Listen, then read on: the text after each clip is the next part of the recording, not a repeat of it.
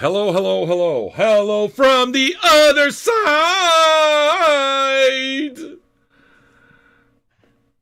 Saturday, 366.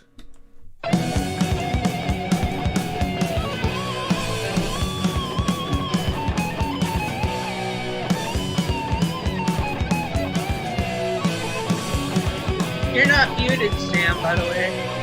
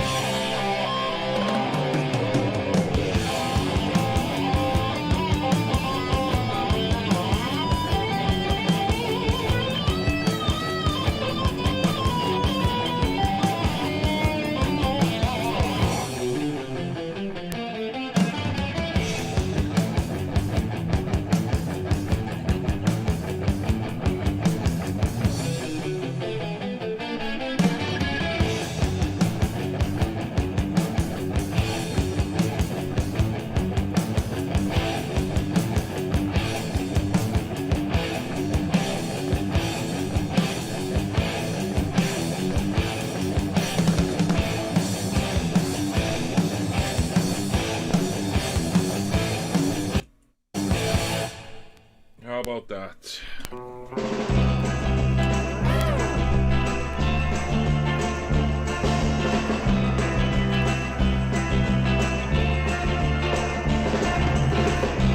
Not unusual to be loved by anyone.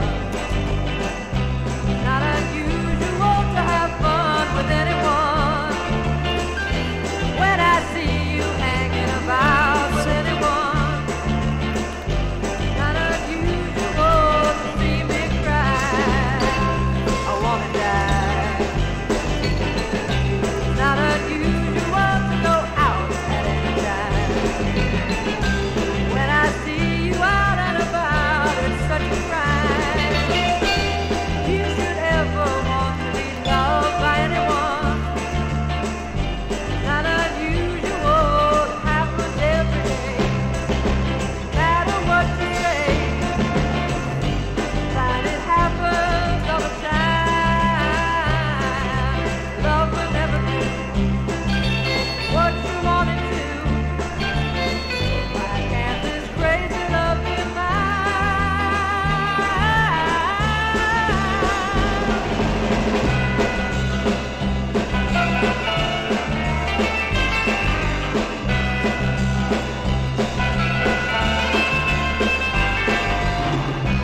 Not unusual to be mad at anyone.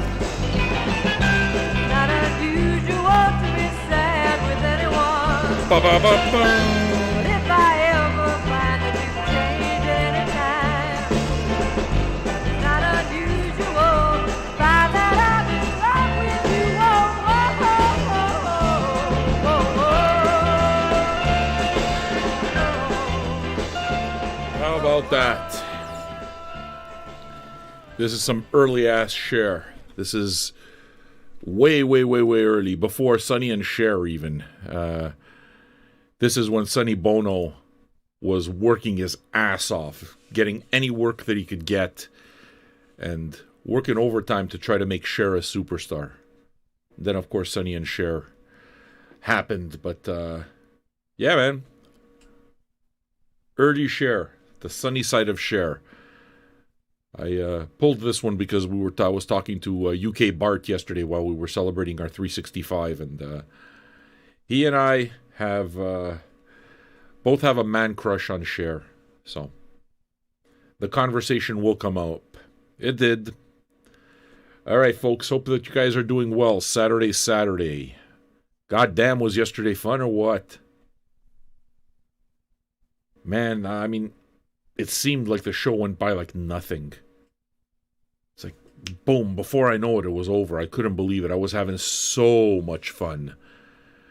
And, gotta say, the mushrooms helped. I don't know, man, I felt dialed in. It was just, I can't explain it. I felt dialed in enough to know that I'm probably going to keep microdosing mushrooms, because I found that it was beneficial. I found that I was pretty on point with a lot of the stuff, you know? So,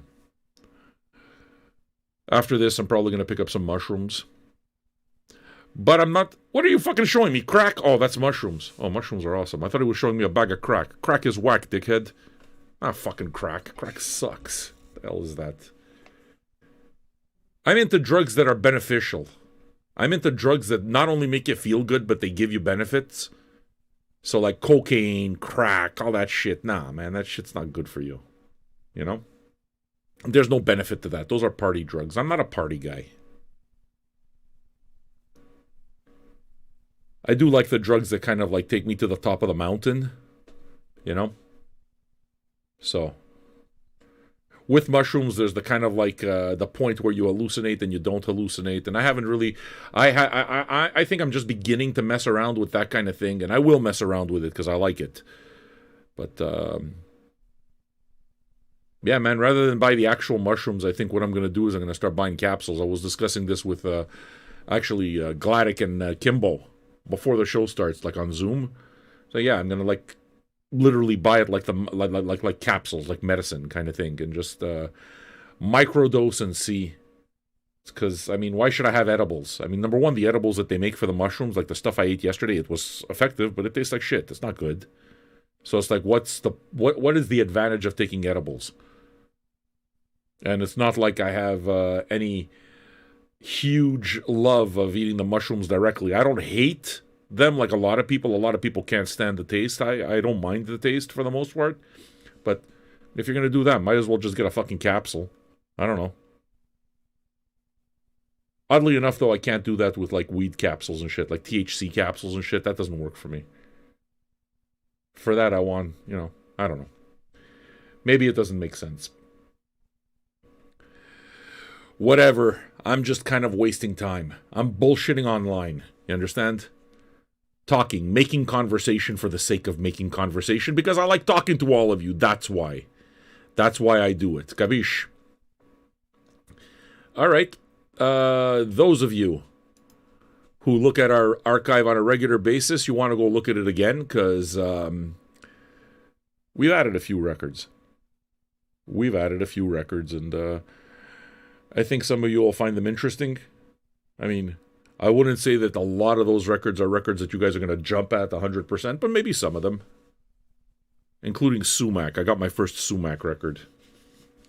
It arrived. Maybe we'll play a little of that. But before, I'm going to play you one of my favorite Frank Zappa compositions from an album that, I mean, the Zappa files all have, maybe.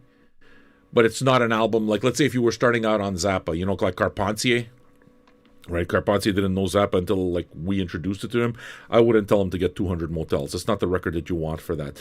200 Motels is actually one of the many plays that Frank Zappa developed for film. It was supposed to be a film, and actually was a film, which starred none other than Ringo Starr as Frank Zappa also. So if you look at the movie, there's basically a Zappa doppelganger. Same mustache and everything, dressed like him, and that is Ringo Starr in the movie. And the play, in typical Zappa fashion, is about life on the road. Hotel after hotel, stealing towels in the hotel rooms, groupies, that kind of thing. Doubting whether it is that you're doing something that's good, because touring life can be miserable. It's like, wait a second, why am I touring city after city making this comedy music? It's pretty cool. So I thought I would play you the finale, which is, in my opinion, one of Frank Zappa's great compositions. Right? So why don't we give that a listen? What the hell's that fucking song called? Yeah, Strictly Gentile is what it's called. That's a memory thing. My memory is no good. Strictly Gentile. It's a good song. Zappa fans are going to recognize it. Quite good. Check it out. This, as you might have guessed, is the end of the movie. The entire cast is assembled here at the Centerville Recreational Facility to bid farewell to you and to express thanks for your attendance at this theater. This might seem old-fashioned to some of you, but I'd like to join in on this song. It's the kind of a sentimental song that you get at the end of a movie. It's the kind of a song that people might sing to let you in the audience know that we really like you, we care about you, we understand how hard it is to laugh these days with all the terrible problems in the world. Lord, have mercy on the people in England for the terrible food these people must eat. Excuse me. And may the Lord have mercy on the fate of this movie, and God bless the mind of the man in the street. Junkies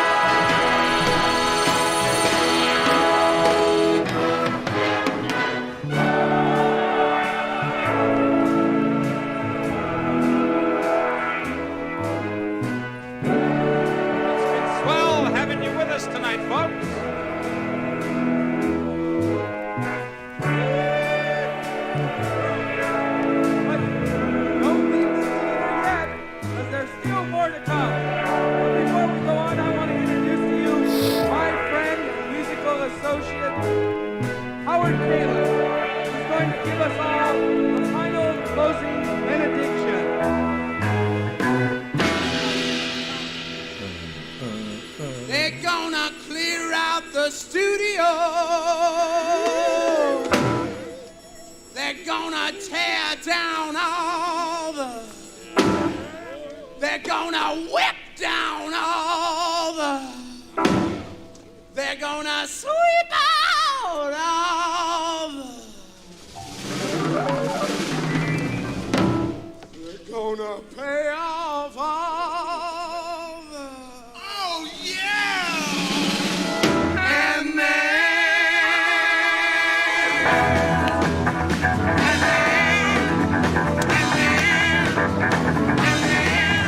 hey, everybody in the orchestra and the chorus. Talk about every one of our lovely and talented dancers. Talk about live men, cameramen, makeup men, and makeup men, especially hoodie men. They're all gonna rise up. They're gonna tumble, say tumble. Talk about jump right up on off the floor. Jump right up and hit the door. They're all gonna rise up and jump on. Gonna ride on.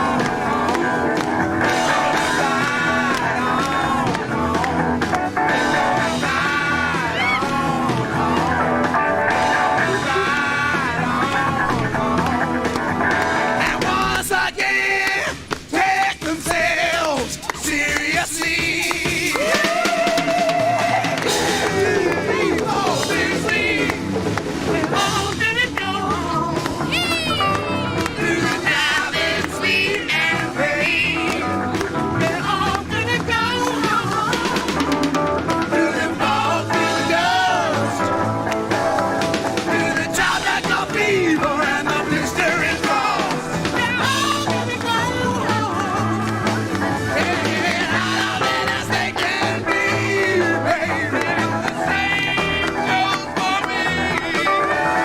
The same goes for me. Oh yeah, oh yeah, oh yeah, oh yeah. And each and every member of this rock band is on his own special way. Gonna get out of this again. All gonna get wasted. All gonna get wasted. All gonna get wasted. All gonna get wasted. I'm definitely gonna get me. But I'm such a lonely, lonely, talking about a lonely guy. Oh, and I know tonight I am positively, I just have to get.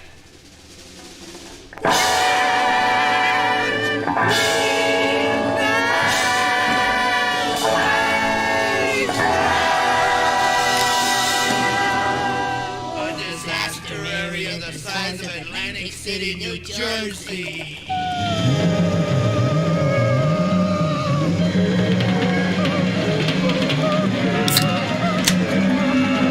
He's making me do this, ladies and gentlemen.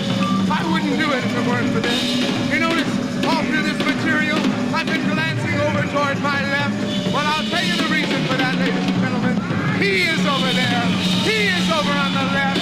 He is the guy that is making me do all this shit. Right over there. Now, all through this movie, every time we've been on stage, I've had to look over in that direction, right? You saw it. You know. Well, that's because he's over there. I've got to watch him for time. He jumps up and down like a jackass. I can't even believe the guy sometimes. But we got to watch him. After all, we said, it's Frank's movie. Now, with a mother, but it's still Frank's movie. We got the president. He went in the studio, had all these cheesy sets made in it. Oh, whoa. Can't even stand it. Here we are. And he's telling everybody right now, right over there. Yeah. Yeah, I played you some of the Frank Zappa that, frankly, some fans don't really go for. Depends. See, when it comes to Frank Zappa, the last thing you should do is ask the fanatics what Zappa record you should get. Because the fanatics will point you to everything.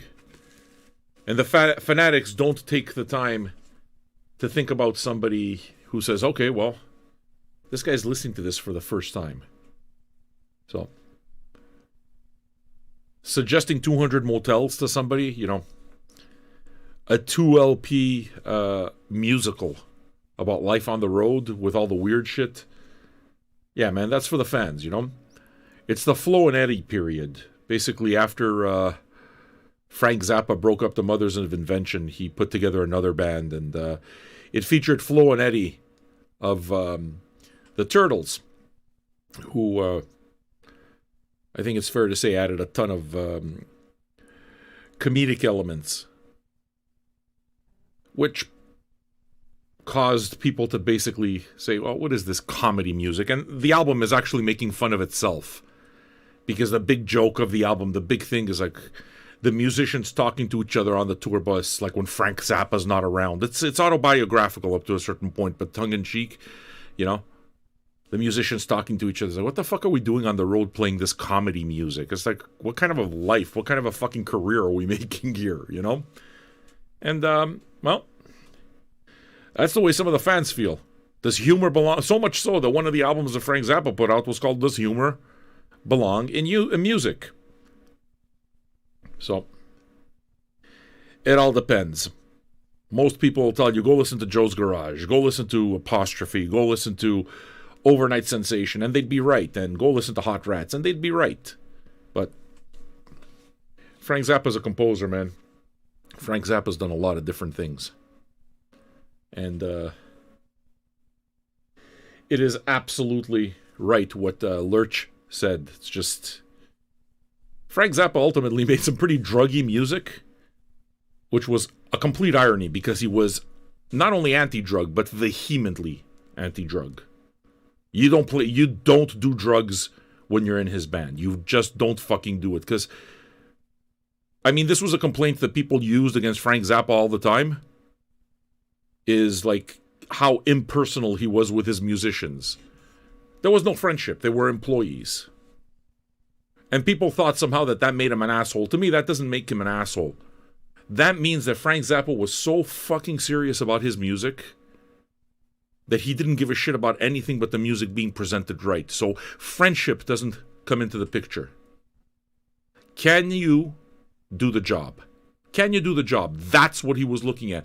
And people like, I mean, rock and roll's a fun thing and all the rest, but when it comes to him, you have to realize he was, as much as there was a lot of humor in his music, he was an extremely serious composer. He took his compositions extremely seriously. So, you wanted to do drugs, it's pretty simple. One strike, you're out. You're gone. You did drugs, you're gone. You know? So, a little bit of an irony, but hey, when you're Frank Zappa, you get to call the shots exactly the way you want them, because guess what? He was right. Simple as that. He's the one who created the music. We're just better for it. Speaking of which, one of his friends at the time, Alice Cooper, is what we're going to listen to next. As a matter of fact, Alice Cooper's first 2 records were released by Frank Zappa's label, Bizarre Records. Before Frank Zappa ever became what he became now, his first 2 records were considered just... It was a weird band. They used to be called the Earwigs before they were called Alice Cooper. And Frank Zappa put the records out. They didn't sell a lot of records. And then the breakthrough came. And the breakthrough was Love It to Death, right here. I'm 18 is on this. Isn't My Body's on this. And this is what it is that launched him into superstardom. He signed with Warner Brothers, and it's another thing altogether. So I thought I'd play you a track off of this. If I'm not wrong, it's the 50th, maybe even 60th anniversary of the release of Love It to Death. So I'm going to play you one of the more popular songs on the album, but that's not the hit. Popular enough for Kimbo to maybe recognize it, because guess what? The Melvins covered it. The song's called The Ballad of Dwight Fry, but before that, one leads into the other. I'm going to play the song that kind of like leads into The Ballad of Dwight Fry. It's called The Second Coming. All right? Smoke 'em if you got 'em. It's time.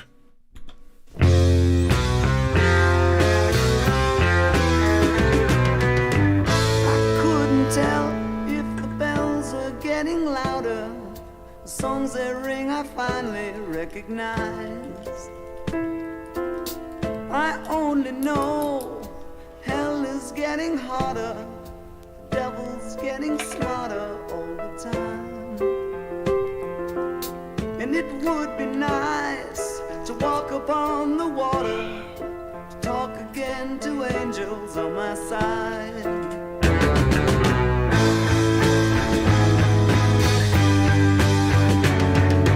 Time is getting closer, ready to on a poster, let it full exposes, corners prophesied.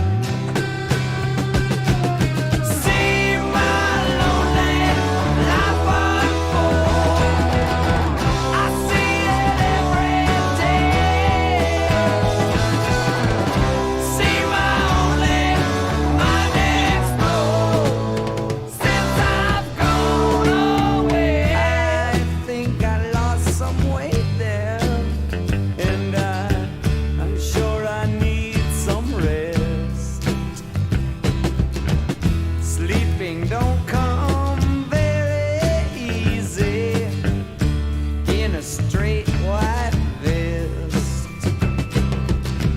Sure like to see that little children. She's only 4 years old. I'd give her back all of her playthings, even the ones I stole. See my lonely life unfold. I see it every day. See my lonely mind explode when I've gone insane.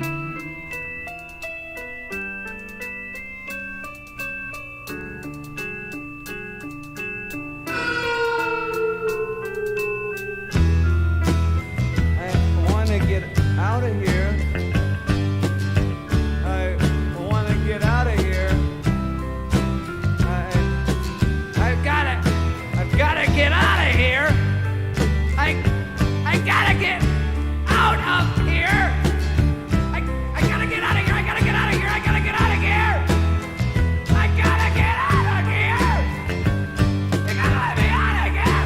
Let me out of here. I got to get out of here. Let me out of here. I got to get out of here. Got to get out of here. Got to get out of here. Got to get out of here. See my lonely life unfold. I see it every day. See my lonely mind explode. Blow up in my face.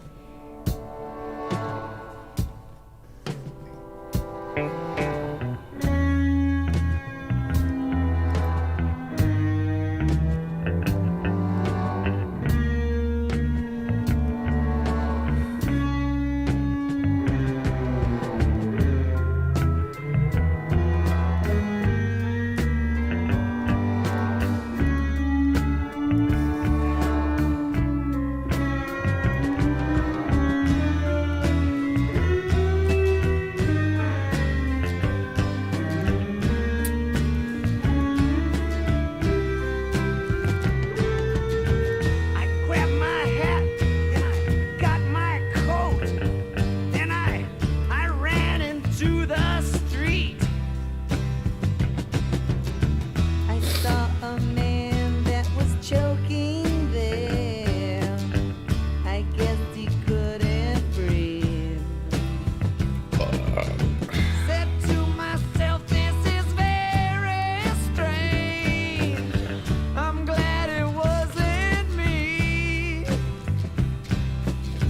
But now I hear those sirens calling, and so I am not free.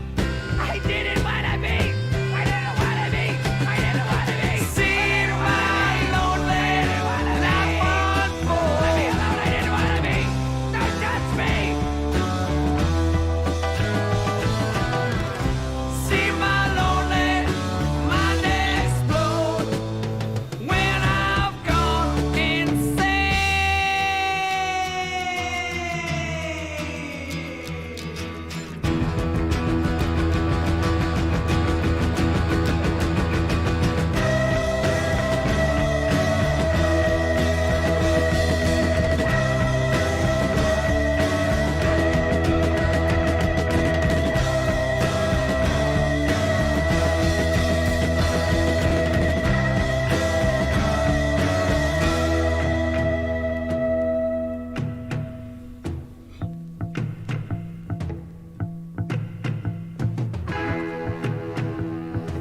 Might as well play it till the end. Sunrise come every morning. Sunrise come every morning. Sunrise come every morning. Bringing back the warmth to the ground.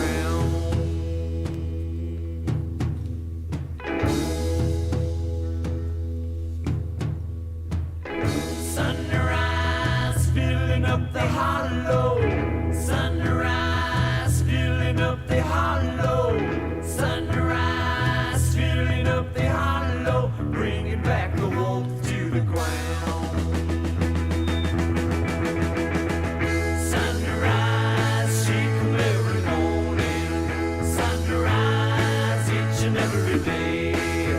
Sunrise, shake 'em every morning.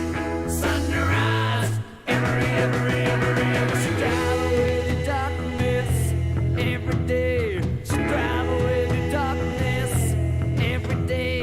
She drive away your darkness every day. Bringing back the wolf to the ground.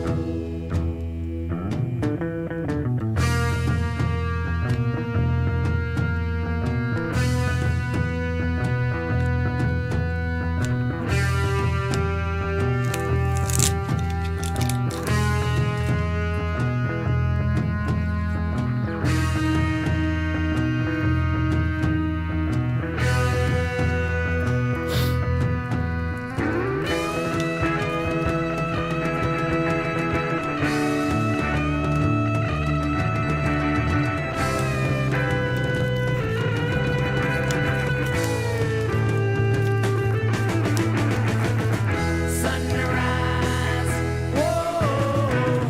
Sunrise, whoa. Sunrise, whoa. Sunrise, whoa. Sunrise, whoa.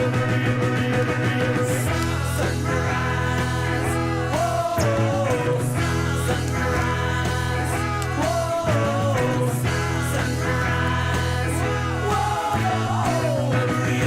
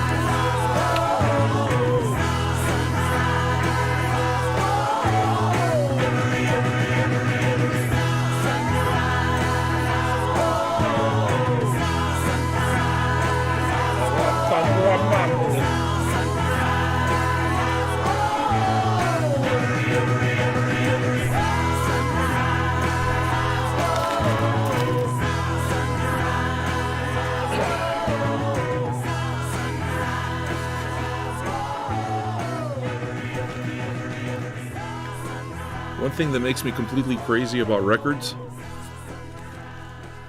inner and outer sleeves everywhere, all over the fucking place. I'm swimming in paper and plastic all the freaking time. I used to have outer sleeves for all my records, all of them, until I started doing things differently. Until I realized something. I'm gonna die one day. And when I die, the records aren't mine anymore. And I'm kind of okay with ring wear. I'm totally okay with ring wear. So what the fuck am I putting plastic around things for? To keep them pristine? For what reason? If I get to enjoy my records my way, and and I'm able to see as few of them fucking wrapped in a condom as I can, I think I'm comfortable with it. So I've been kind of like, I have sleeves on a lot of stuff. So irregularly shaped jackets, or like jackets that are kind of particular, that I'll put in a sleeve because you kind of have to. If it's an older album that's got seam splits or that kind of thing, I'll take that and I'll always put that in a plastic bag also. That's just because you want to preserve them. You don't want them to deteriorate more. Okay, they're at that point where it's kind of like, they're going to deteriorate. So plastic bag is important. But then I get something like this that just came today. Like Nashville and Naija, Nigeria's romance with country music, yesterday and today. Yes, folks, I bought a 2 LP set of Nigerian country music. I have no idea what it's going to sound like either. It's a 2017 record store day release, my dude at my record store is exceptionally good at digging out stuff. Like, his crew is exceptionally good at coming up with those weird, wonderful records that you want. So for me, a record of Nigerian country music, I don't need to hear anything. What I need to do is I need to fucking tell myself and convince myself really quickly, you know what? VJ Pirate Radio requires more Nigerian country music. Our Nigerian country music section in the VJ archive is sadly lacking. Well, fear not, friends. This is what it is that we do. We build the archive for every such occasion. So should you have some, Nigerian friends over sometime soon? Once the gingivitis is over and Nigeria Airlines starts taking flights to your city again, maybe you'll have some Nigerian friends or relatives over, and maybe they might like a little country. And what you could do is you can pull this out and show them, hey, look at this compilation of Nigerian country music I have. Now, it's okay for all of you to admit, I had no fucking idea that Nigerian country music was a thing. I didn't know it existed. It's okay to admit that. Because I didn't know it existed until I saw it on a record. And I mean, obviously, the entire point of the compilations is to kind of make them sound as interesting as possible. But I go for that. I like compilations and I like being sold on a compilation. So I really like cool compilation names. So, Titty Shakers. I got Butt Shakers. I got part of the Butt Shakers. What's it called? Collection. I got some Titty Shakers. I like collections with, fancy names. Nuggets. You know what I mean? I dig that. So, we've actually got 15 crowdfunded on this for those of you who want to hear it. I'm probably going to give you a little sample first. As we continue our show here. What am I going to play for you next? I don't know. Why don't you tell me? I'm settling into my groove quite quickly. Enjoying my time with you. Why don't we continue and play some more music that, you might hear in other places, but most of you likely only get to hear it here. I'm going to play you something from a band from Australia called Bombay Royale.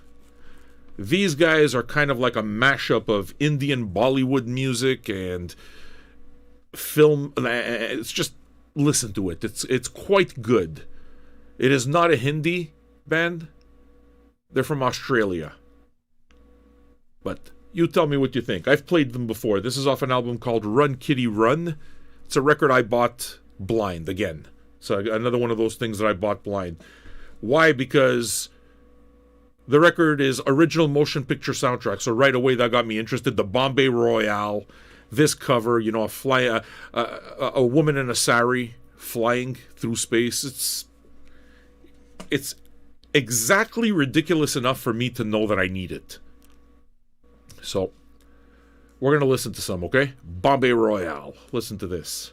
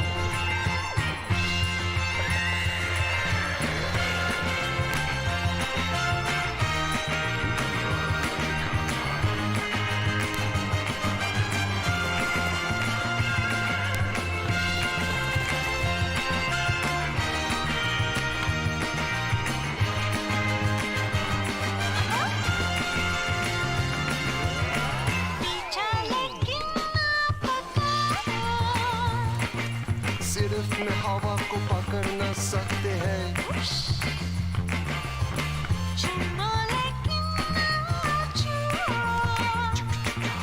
सिर्फ मैं हवा को चुंबन दे सकते हैं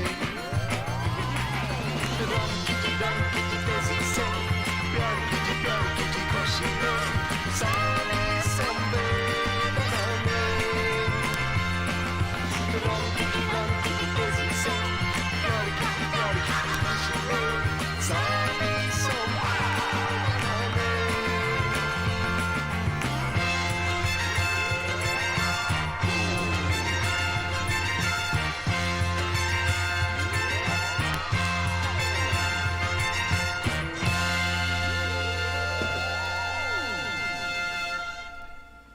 All right. What'd you think?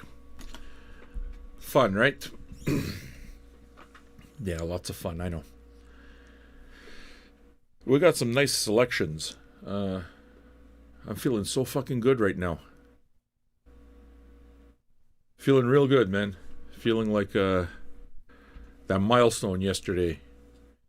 I don't know. Felt good. Nice to see so many of us in there, you know? I know you, in terms of stats, our live stats are where it's at. Like our show is not going to be something like Fantamo. Okay. Fantoma, short broadcasts work better. Long form broadcasts doesn't work on something like YouTube, but it does because people do tune in. Many people, many different types of people tune in, and I like the format. To me, I don't care what platform it's on. If I was able to broadcast live on Spotify, I would do it. I think Spotify is the devil, and they don't pay musicians enough, but nobody. The streaming rights are woefully out of date, and new agreements have to be made. So that's not my problem. I don't care. For me, what I care about is being able to do the show. So whoever gets us to being able to do the show, that's what I'll use, and that's why we use both Twitch and YouTube. When YouTube goes down, Twitch is there. And now we actually have often, including right now, a bigger Twitch audience than we do a YouTube audience, because a lot of you have discovered that the Twitch side of things is a more robust experience. It's a more robust experience, and it sounds better, and it doesn't go down. So when I look at the stats, it's not as simple as just looking at the YouTube thing, but generally speaking, I would say that the shows get 60% of the views. 60% of the views come from Twitch now, and 40% come from YouTube. And if you take that into consideration, the show gets about 1,000 listens per show, like average kind of thing. Less than that, I would say even. Let's say between 800 and 1,000 listens per show. And now, yesterday, and in terms of like live audience, let's say we hit 60, we hit 70. 70 is usually where we top out at in terms of a live audience, right? This does not take into consideration Old Man. Old Man's another game altogether. Old Man, we very regularly have several hundred people hanging out at the same time, over 100 plus almost every time, kind of thing. So that's a different audience. It's a different format. That's not the same thing. For the radio format, though, that's about it. Yesterday, we had a maximum, like we always have max viewers type of thing, what the top out is. We had a max viewership of 143, which is by far the most live viewers at once for the radio show. It used to be like at about 100. Just over 100 was the most we ever did. And now it's like 143. In terms of views, live views, usually, like I said, we're between 800 and 1,000. If we use that whole 60-40 thing, we're close. No, we're actually at 2,000 views in 24 hours for yesterday's show. And throughout the entire show, and it was nearly a 5-hour show, the audience never dipped under 100. The audience consistently stayed over 100 live viewers all the way through. Even after the 5th hour, when we said goodbye, there was over 100 people listening.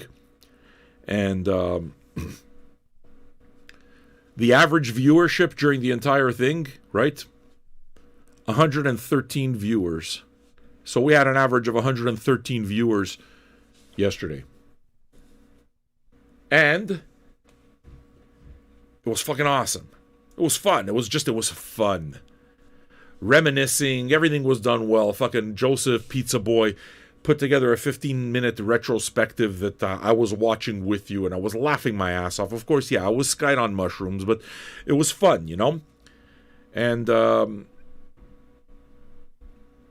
it was nice to be able to celebrate that with you because you are the community. So we kind of did that together, you know?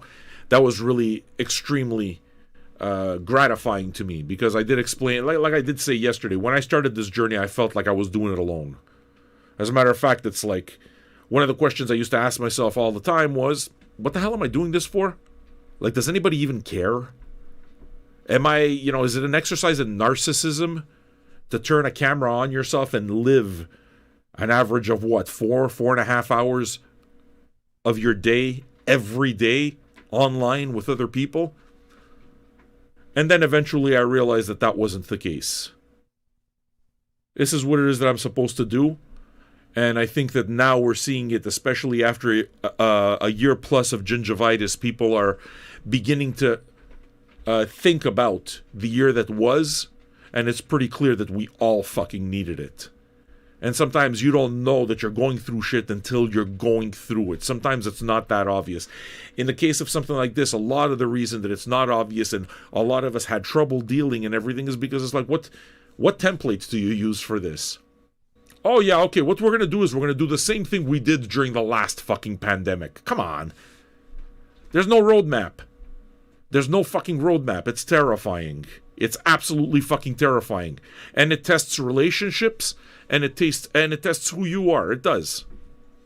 So, I'm pretty sure that a lot of breakups happened during gingivitis. Because you put people together and you put them under pressure situations. If there's supposed to be cracks, those cracks are going to show. Those cracks are going to be tested. And whether you're the type of person who then becomes kind of like, those Japanese vases that are worth more broken than they are whole. Because when the vases break, what they do, there's this Japanese pottery where it's kind of like they fill the cracks up with gold. So that the broken piece is even more aesthetically pleasing than if it was just whole. You know? So, things get tested, man. You want to know who you are? You want to know who you are? Really? Okay. What you do is, don't let anybody grade you. You grade yourself. You grade yourself on the last year. How'd you do? You want to do Anthony Fantoma? Okay. Do Anthony Fantoma on yourself. How'd you do? Was it easy or wasn't it? My guess is that there's not a single fucking person you'll meet who'll say, oh yeah, it was a breeze. I'm pretty sure that that's not true. But you want a fairly accurate description of who you are, of what you represent, of what matters to you, of what you're made of how strong or how weak you are? What you do is grade yourself for the last year. How'd you do? What grade would you give yourself? You know?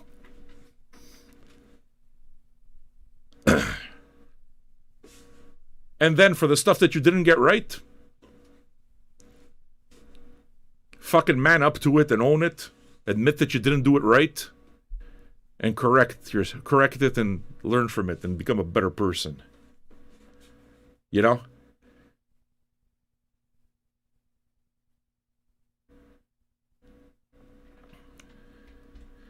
Bowen, as we can see, is a pervert. 69. Like, how old are you? Don't you see we're having serious discussions over here about gingivitis? Why can't you just respect the fact that we're having a very serious conversation, Mr. 69, you fucking child.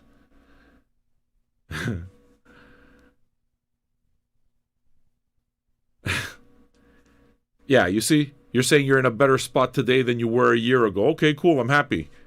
But something does wind up happening.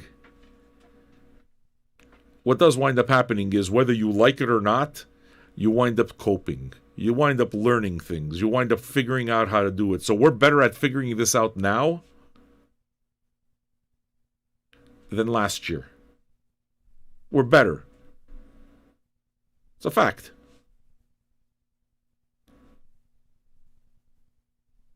I won't grade myself, but I'm pretty sure that I can't think of much more I could have done.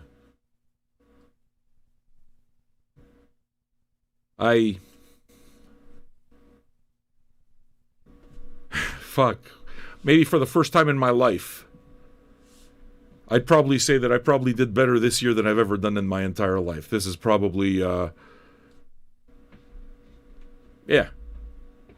There are still other challenges, but I'm happy with where, you know, I flapped my gums, and I made sure that I made everything that I did back up my words. So, that's it, you know?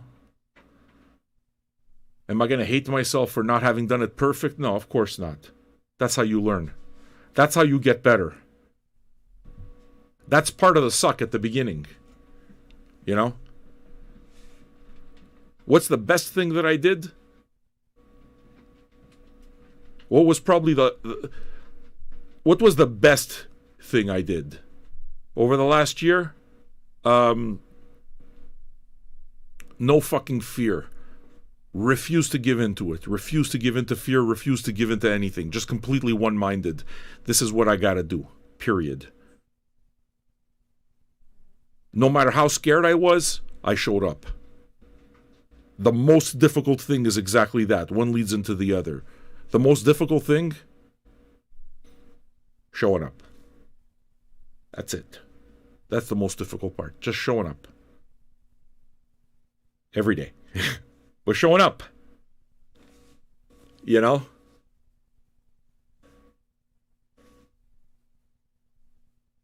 And when you show up, good things happen. Bad things happen too. But, I mean, that's life. I mean, I kind of, in developing empathy for other people, I mean, you have to have empathy for yourself. You have to have empathy for yourself, I think, first and foremost. You have to forgive yourself. I mean, part of forgiving yourself means that you got to, first of all, be able to fucking own whatever your bullshit is. That's the first step. Most people don't even get past that. Most people, it's like, well, you can't have empathy because you don't fucking look at yourself. You know what I'm saying? So,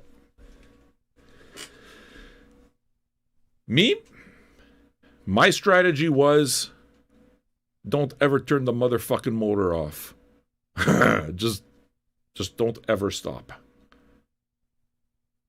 And I set out making sure that I moved every aspect of my life around making sure that I do what I do. If I'm going to be a lighthouse keeper, then I'm going to be a lighthouse keeper. And I'm going to show up. And, yeah, you know, it's kind of cool. All right. How about we get to another record that I picked up today. I've been talking about getting something from this band for a while. Today was the day that finally happened. right? I always try to keep my metal section kind of up to date. Sometimes it takes me a few years to pick up stuff, so I'm not on the bleeding edge of metal. I've never been on the bleeding edge. No, that's not true. I've definitely been on the bleeding edge of metal once upon a time, but it's like now I try to keep up, but I'm more than just a metalhead. I don't spend all my time. I'm a metalhead, but I don't spend all my time just meddling kind of thing. So there are people that spend a lot more time with metal than I do. So it's like I can't be as up to date as those people, but always, sometimes it takes me a few years because I still always have this idea of I want to buy a record and I want to be surprised by it. I want to hear something that I haven't heard before. So blind picks are pretty much always going to be a huge part of how I buy records. I like the discovery part a lot. And Sumac has been on my list for a long time. Bunch of years, not a long time, that's not fair, but a few years is what I mean. A few years, I would say 2, maybe 3 years. I started hearing about Sumac.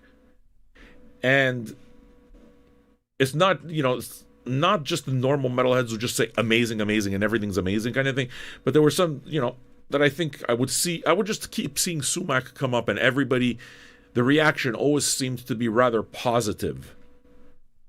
And most of the information I got was mostly from these doom sludge kind of forums type of thing, So I always kept it in the back of my mind, and finally decided to pick up an album. And I've said it a few times now over these last weeks and months that Sumac was on the very short list of bands I have to get an album from. So my local delivery came in today. Au 33 Tours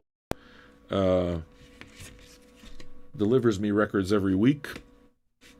And this is what it is that I picked. I picked an album called May You Be Held, which is the last album that they put out, Sumac. And you guys can tell me what you think of it for yourselves. I quite like it. I quite like it. I'll let the music speak for itself, okay? I had to pick like a shorter song. What song did I pick here? Oh, I picked the title track, You May Be Held. Hope you like it. Sumac.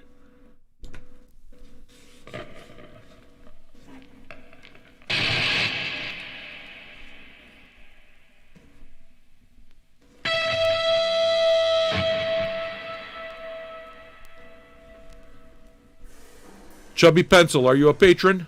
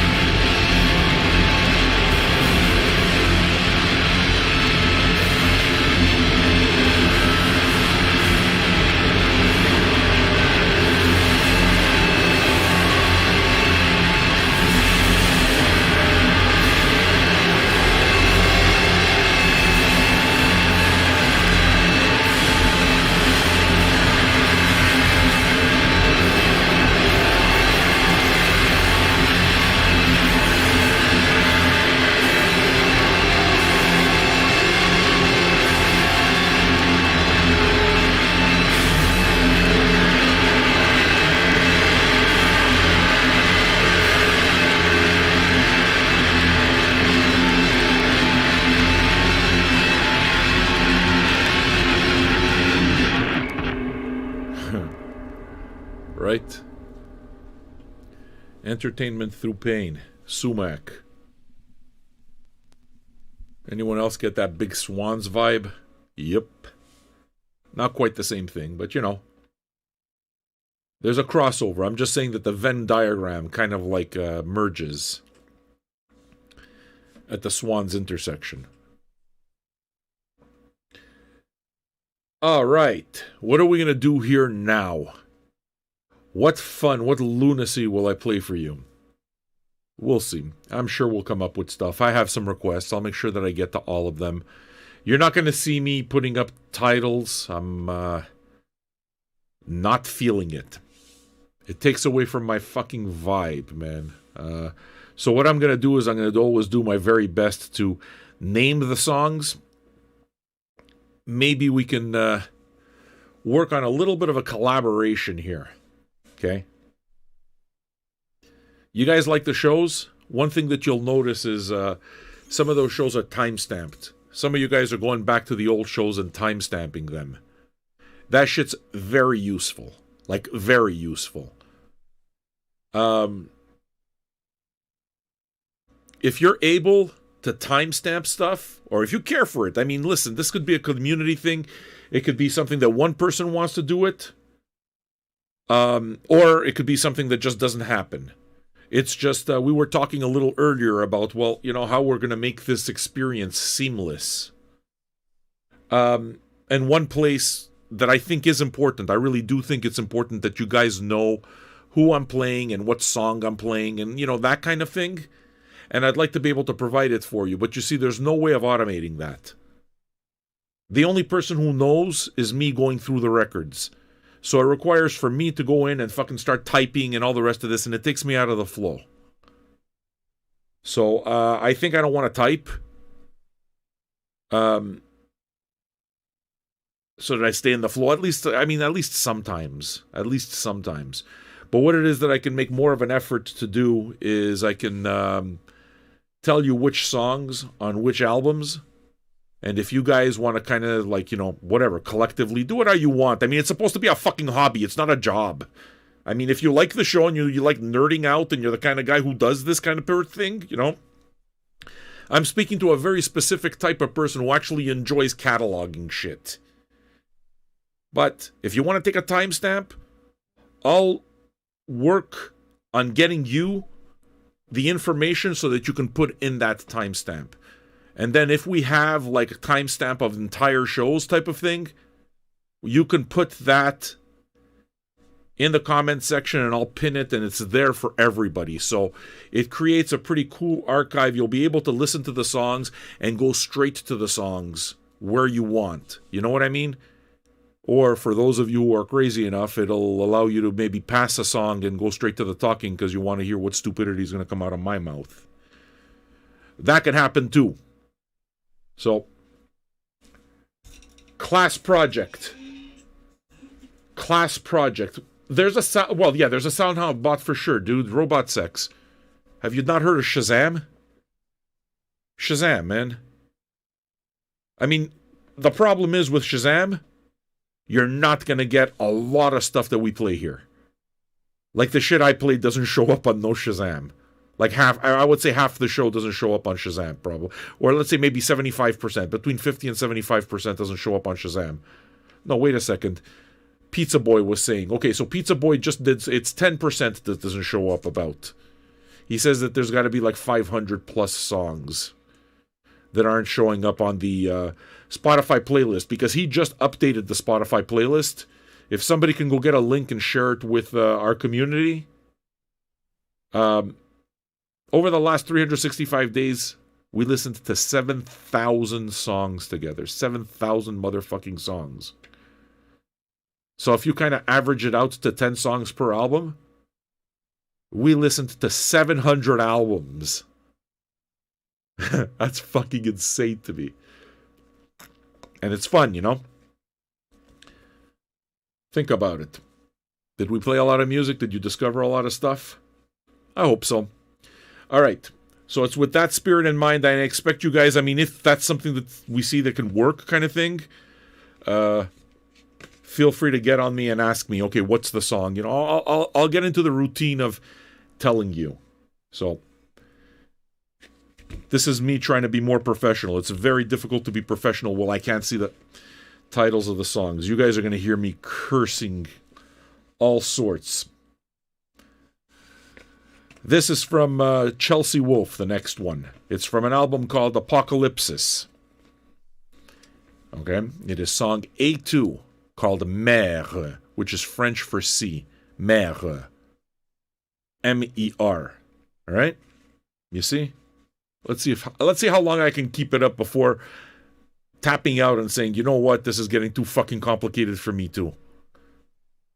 Listen, it's not because I'm lazy, it's because I know what my resources are. I got limited mental resources for stuff like this. I don't do shit like this well. I gotta stay away from that kind of shit. So, you understand why it is that I need somebody to take care of me? My wife buys my underwear for me. We're at that point of the fucking marriage. She buys my underwear for me. I think that she wouldn't be caught dead going up someplace with like Walmart with me. She hates going shopping with me. Everybody hates going shopping with me. Because I hate it. I really fucking hate it. Unless it's records. And even records, I barely stand it. You're not going to catch me going to no record store day. Wait in line for records. Fuck no. Nah. Let the people go out and get what they want. Let them run around and sleep overnight. I understand it's a party. Guess what? It's a party that at 50 years old, I'm not interested in fucking sitting in a lawn chair overnight. It's not my party, man. So, the way I treat RSD, or anytime there's crowded places, is, you know what? You go first. You go first. So I'm going to be, the vacations and shit. I'm going to be one of the last guys to do that too. Not because I'm not dying to go on vacation like all of you or whatever.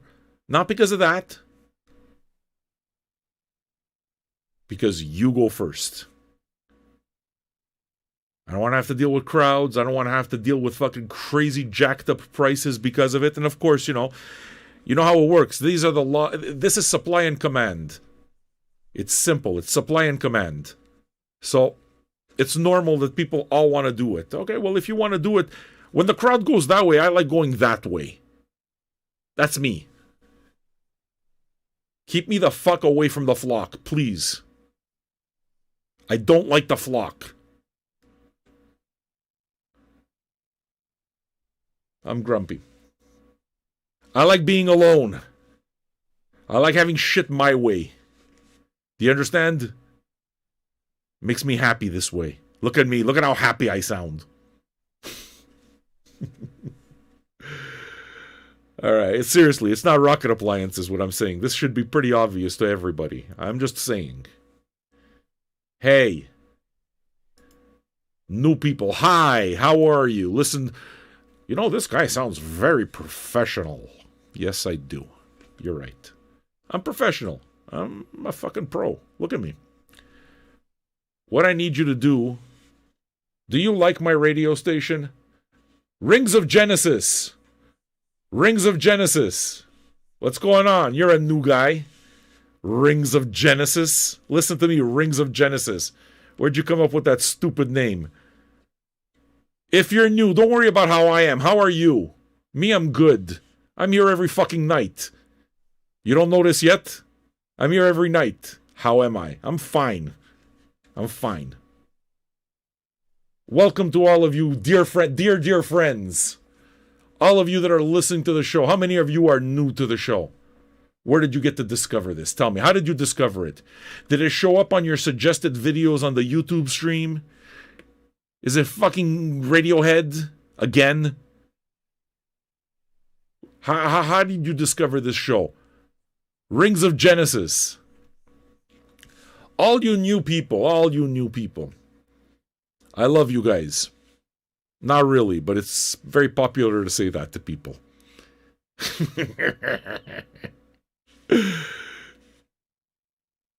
If you've been listening to the show and you like the conversation, that's because this show is for a community. Okay? This show is a community. This entire thing is community funded and community run. Everybody here, you understand? Rings of scoliosis. That was a good one too. I got good ideas. I'm very good.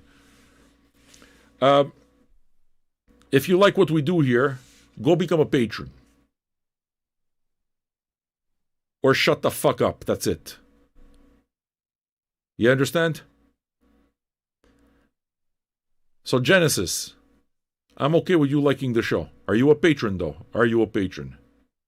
If you're not a patron, from the bottom of my heart, I would like to invite you. You seem like the kind of guy that likes being here, scoliosis. It's fucking rings of Genesis. I mean, do you fucking wear a cape to bed or something? Rings of Genesis. Like, who do you fucking think you are? This guy thinks he's Thor. Become a patron. Join us. Peen Abdul-Jabbar, are you a patron? I believe you are, though. You can become a patron and be a part of the community and be part of the conversation and everything for as little as I thought you were. For as little as $2 or $5 a month. You can support this show for as little as $2 or $5 a month. In the end, support this show. It's $2 fucking. Give me a break. So you can become a patron, and not tomorrow, the cult fan. Oh, okay, you found Melvin's, you found Working with God. Cool, dude. Working with God, there weren't a lot of people for that one. We capped out at 99, which was still fine. The thing is, I wanted to do it because I love the Melvins, so I don't care. Yes, we accept PayPal. Go to patreon.com/vinyljunkies and go become a patron. And when that number changes, we're going to greet you, if I remember. And we're going to keep this entire party going. So the cult fan, if you like the show, I'm glad you like the show. Go become a patron at patreon.com. Bro. Fucking bro. You realize that if King Buzzo heard you say bro, he'd kick you in the balls. Fuck. And he'd be right. Bro. What the fuck are you, a surfer? Bro. High five. High five. Every asshole that goes to fucking Hawaii all of a sudden has to take a picture with his 2 fingers. Man, get the fuck out of here. You clowns. I hate people. I hate you all. I hate you all. Like, I love you because I don't have to, like, spend any time with you. Well, I do, but virtually. Like, we're not in the same room. We're not in the same... If we were in the same room, there would probably be problems. I got very bad manners. So, go become a patron at patreon.com/vinyljunkies. Or, alternately, you don't have to. Maybe you can't afford it, which is fine. I'm 100% empathetic towards that. Stimulus checks are coming in, though. I'm glad for all of you. Or maybe you just don't think it's worth it. Why should you pay for something you can get for free? You're right. You could get it for free. But this community is for people who don't get it for free. This community is for people who support it. Everybody talking supports it. So if you want it for free, please be my guest. But shut the fuck up. I don't want to know you exist. Be one of the anonymous people. You understand? Stay anonymous. I'm good. Don't worry about it. As a matter of fact, if anything, I'm saying welcome. Thank you for listening anonymously. I'm happy. But the community is for patrons. Patreon.com/vinyljunkies is where it happens. So what I'm telling you, cult fan, is shut the fuck up as of now. Unless I see your name on Patreon. And then you can talk.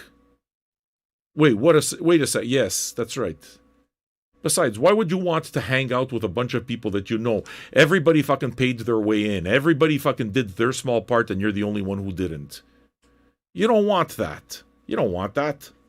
You don't want to be the guy that everybody here knows. Oh, you're the new guy. You're taking freebies, right?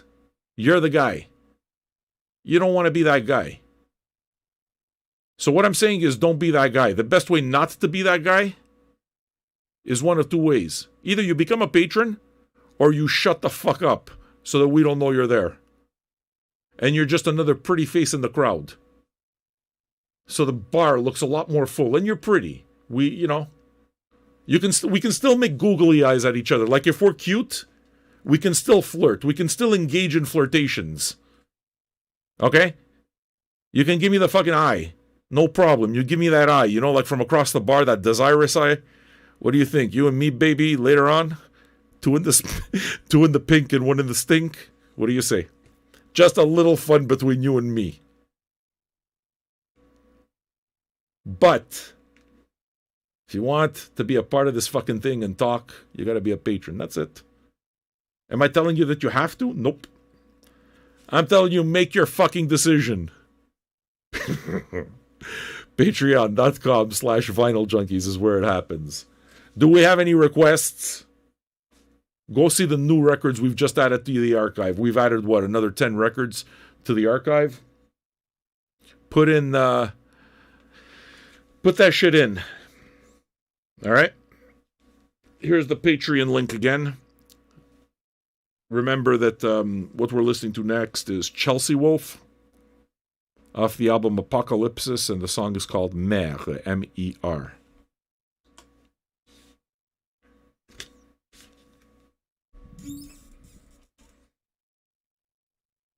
Fangula mamata.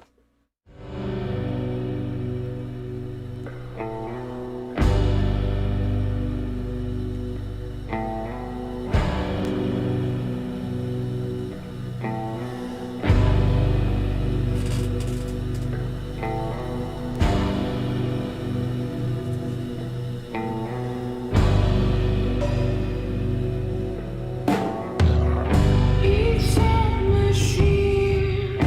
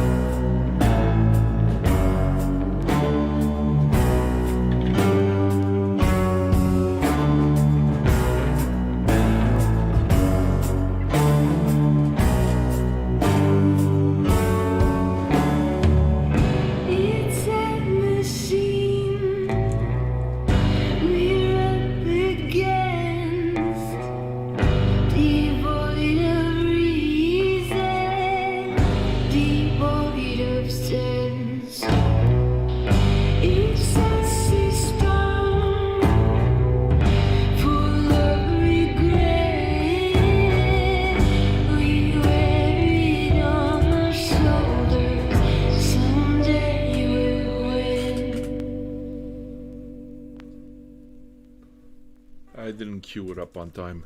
You see? You see how it happens? I had to go take a piss, and we had some pizza, you know, for supper. Local pizzeria. We had Hawaiian pizza. You guys think probably, Sam, you eat Hawaiian pizza?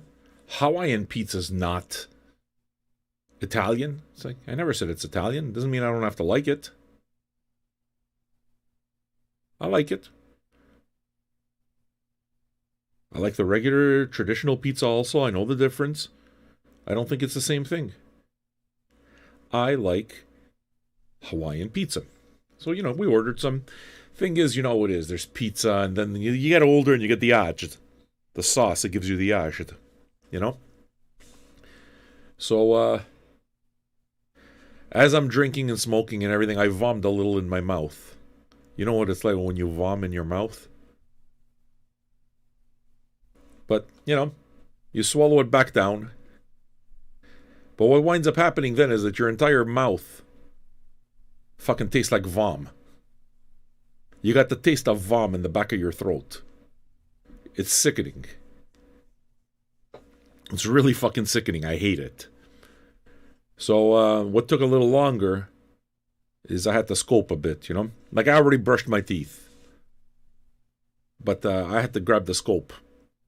I had to fucking grab the scope and swish it around. I had to fucking gargle as far. Like, you have to gargle. Like, there's this art. You have to make sure that the scope goes as far into your throat without swallowing it.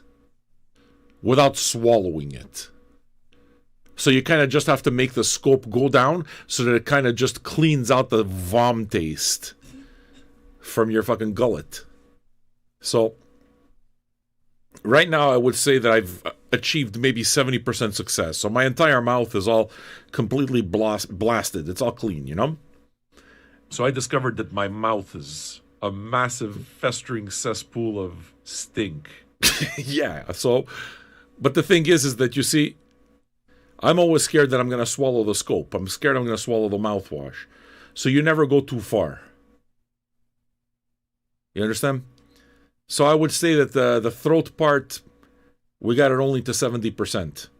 There's still a little bit of that taste. You know, what's the fucking name of the... Where do we have any doctors in the house? What's the name of that space that exists between your fucking throat and your nose? The fucking place where the fucking gobs hang out. You know the place. There's a place that exists right between the fucking nose and the mouth. Like right in between. It's like, yes, it's exactly as the fucking gooch. There's something in there. And what happens is that when you vom, the fucking vom taste, it fucking creates kind of like this vomit pearl that fucking stays stuck in between your nose and your throat. It's disgusting. And that's what it is. I'm trying to fucking get rid of it. I got the fucking vom pearl. I got a fucking pearl of vom. It won't, I can't dislodge it. You go like that and you see, some of the taste came down. Yeah.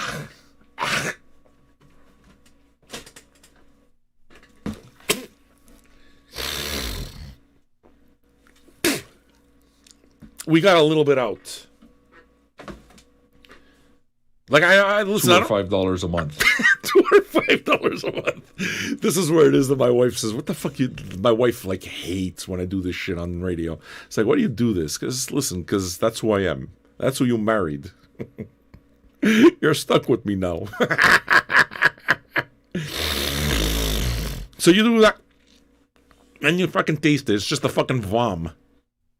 All the fucking vom, a little bit at a time. So you got to do that. Do women have that? The morning pearl. There's this thing that happens, did you know? It's a phenomenon that I think happens only with men. And it happens primarily in the winter. It's called the morning pearl. All right? What that is that when you sleep, what happens is that your sinuses, the schnotz, all the fucking schnots. What happens is they settle in that little fucking gooch that exists, that little fucking pouch that exists between your nose cavity and your mouth, that little area. And what happens is it just goes there and it kind of gets a little hard. Okay, but it doesn't have time to fully cook. So this fucking thing, it doesn't become like hard like a diamond. It's soft. It's kind of like what it becomes is kind of like this ball of snot, but like a more solid ball. It's kind of like slightly less rubbery than a super ball. And sometimes it comes out right away. But sometimes you got that shit stuck there, especially if your sinuses are dry and shit. And let's say you start bleeding in your sinuses. Sometimes in that fucking snot ball, it's called the morning pearl. It's like a pearl of snot. You gotta do that kind of thing to make it come out. And then when you spit it out, it's not like regular gobs. It's kind of like it's more condensed. It's like a pearl. It's like a little pearl. Like if this existed in a clam, you would have little snot pearls. You understand? That happens in the winter. So whenever it is, if you live with a man, God help you, and you hear your man wintertime, like Minnesota, trust me, Molesty does this.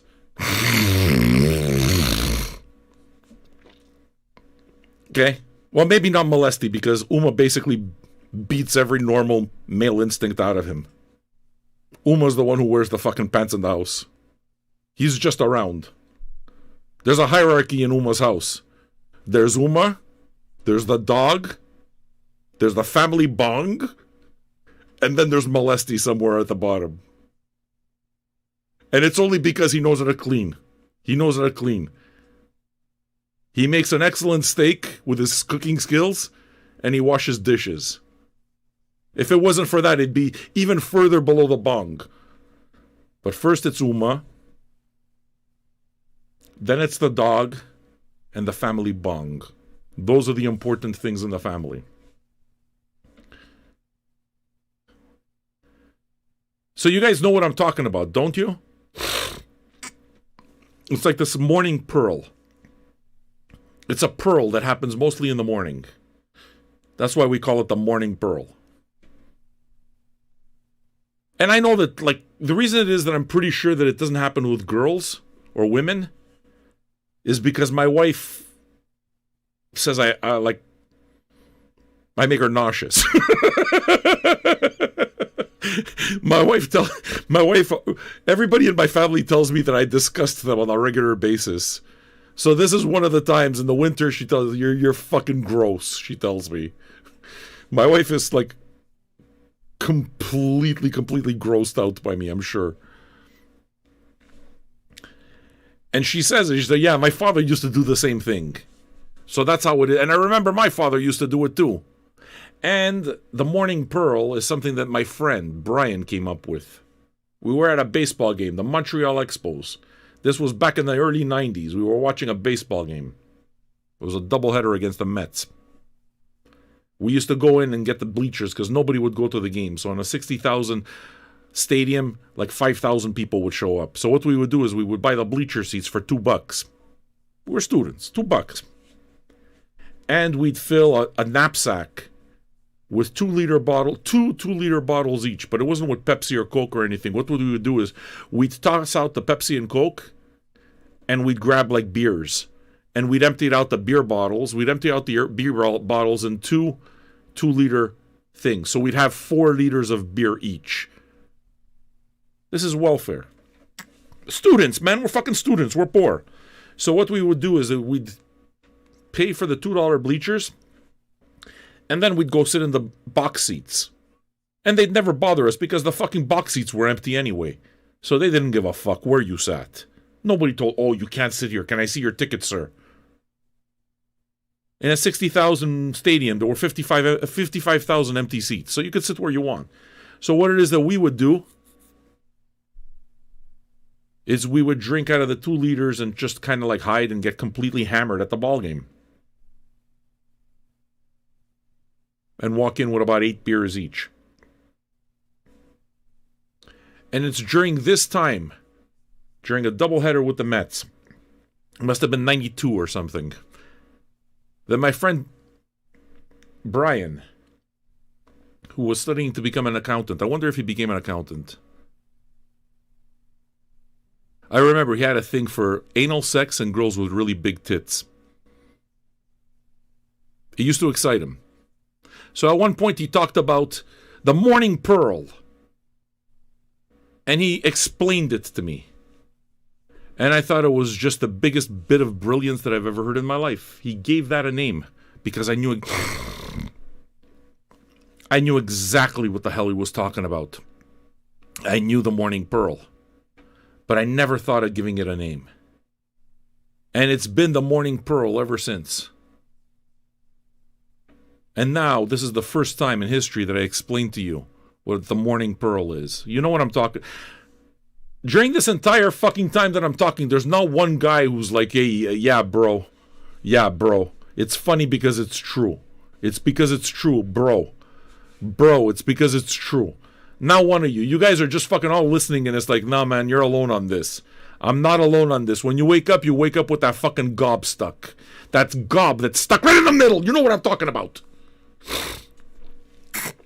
So right now, it's like I got a little piece of vomit that's fucking stuck right between my nose and I'm trying to get it out, and it's making me crazy because all I do is I taste vom. It's like I just got the taste of vom trickling into my mouth. It's sickening. It's really fucking sickening. I want this to get out of me. It's like the fucking I need an exorcist. I need an exorcist to get this shit out of me. All right. Let's listen to Stevie Wonder. Thank you for your request, Pashemek.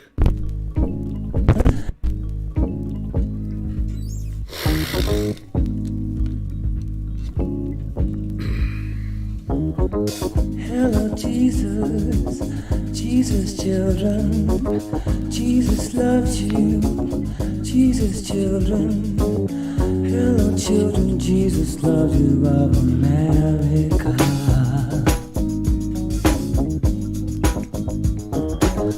Are you hearing what he's saying?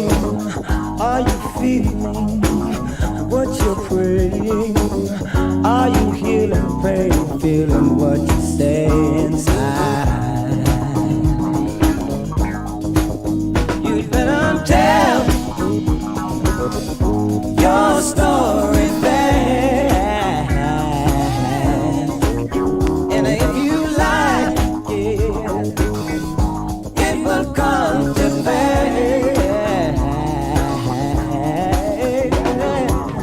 Tell me, holy roller, are you standing like a soldier? Are you standing for everything you talk about? Yeah. See, transcendental meditation speaks of inner preservation. Transcendental meditation gives you peace of mind. You better tell your story fast. And if you lie, it will come to pass.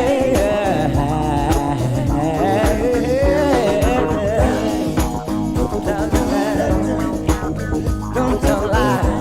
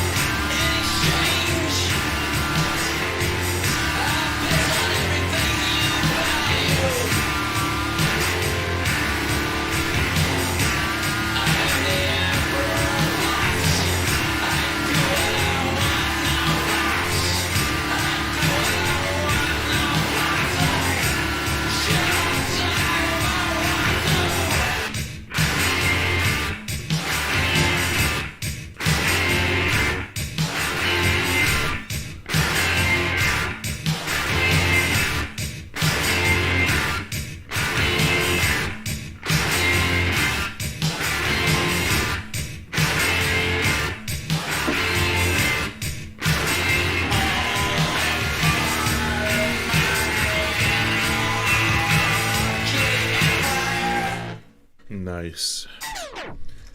Big Black, Steve Albini's band.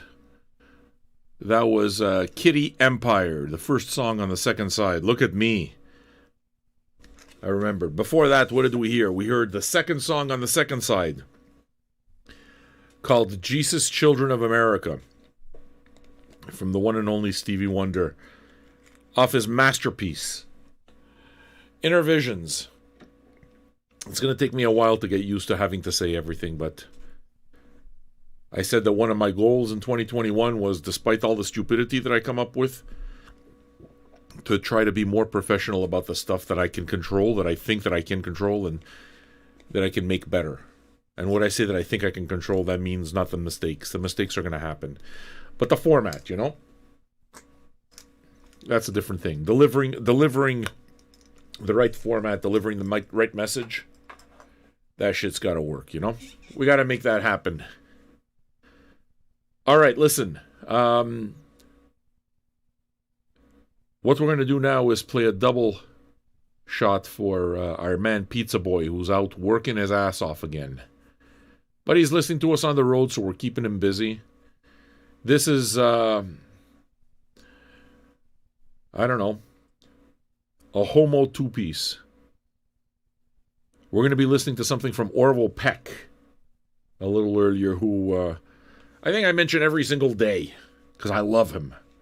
So we're going to be listening to something off Show Pony, which I picked up just a few weeks ago, a song called Fancy.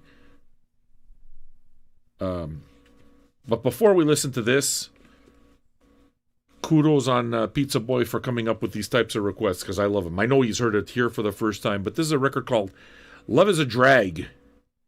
It's basically an album of torch songs, an album of love songs and torch songs that have lyrics that usually imply that it's a woman singing it about a man.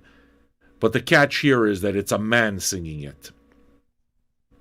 And it was a record that was marketed very directly towards the gay audience. And it gained favor among certain circles. People really liked it, including Frank Sinatra, who was known to buy a bunch of copies and kind of give them to whoever he'd see, kind of thing. Or at least for a while, he had bought a bunch of copies and given some to his friends, you know?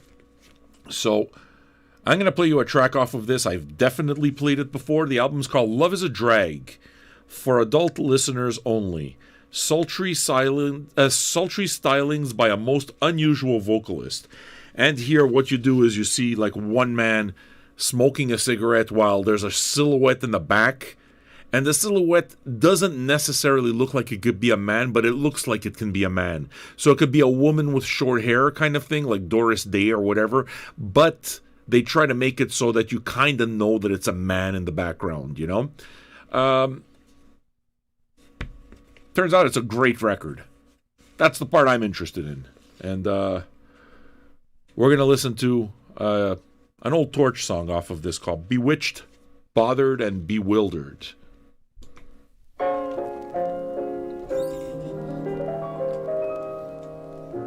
He's a fool, and don't I know it? But a fool can have his charms. I'm in love, and don't I show it like a babe in arms? Love's the same old sad sensation. Lately, I've not slept a wink since this half-pint imitation put me on the blink. I'm wild again, beguiled again, a whimpering, simpering child again, bewitched, bothered, and bewildered. Am I?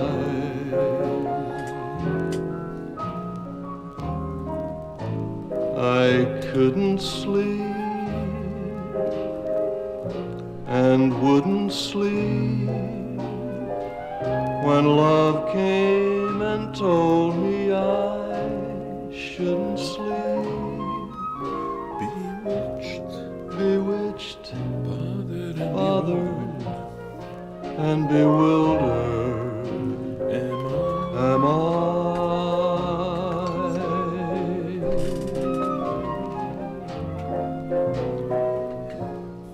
Lost my heart, but what of it? He is cold, I agree. He can and laugh, but I love it, although the laughs on me. I'll sing to him each spring to him, and long for the day when I cling to him, bewitched, bothered, and bewildered, am I.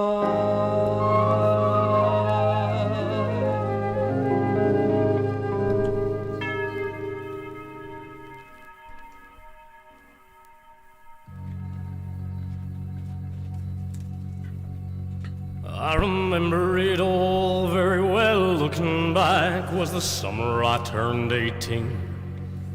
We lived in a one-room, worn-out shack on the outskirts of New Orleans.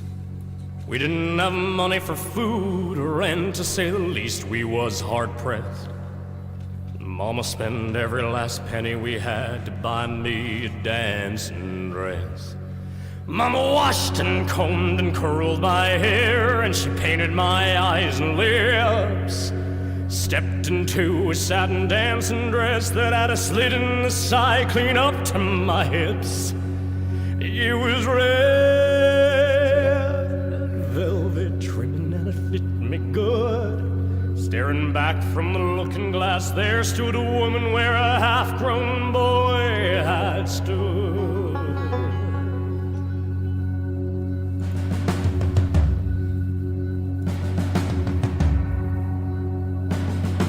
Here's your one chance, fancy, don't let me down. Here's your one chance, fancy, don't let me down.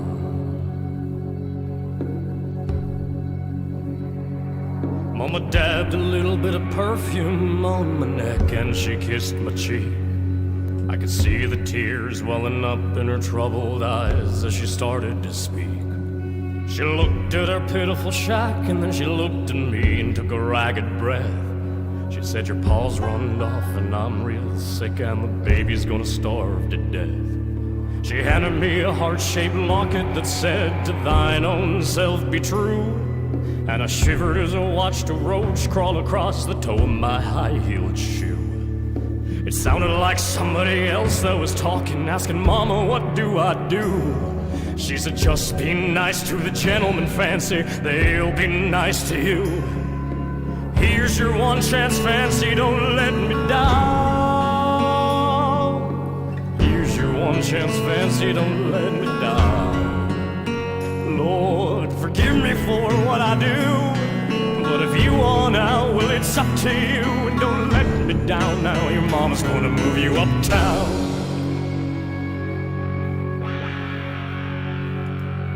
That was the last time I saw my ma, the night I left that rickety shack. The welfare people came and took the baby, Mama died and I ain't been back. But the wheels of fate had started to turn, and for me there was no way out.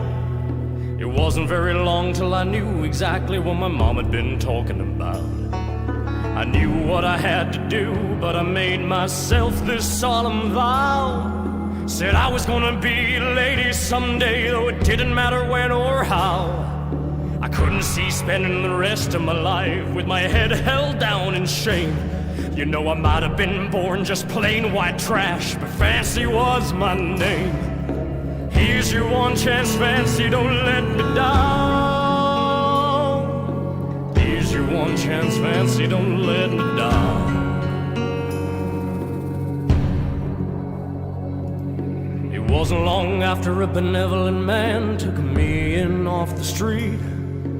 1 week later, I was pouring his tea in a 5-room hotel suite. I charmed a king, a congressman, and the occasional aristocrat. I got me a Georgia mansion and an elegant New York townhouse flat, and I ain't done bad.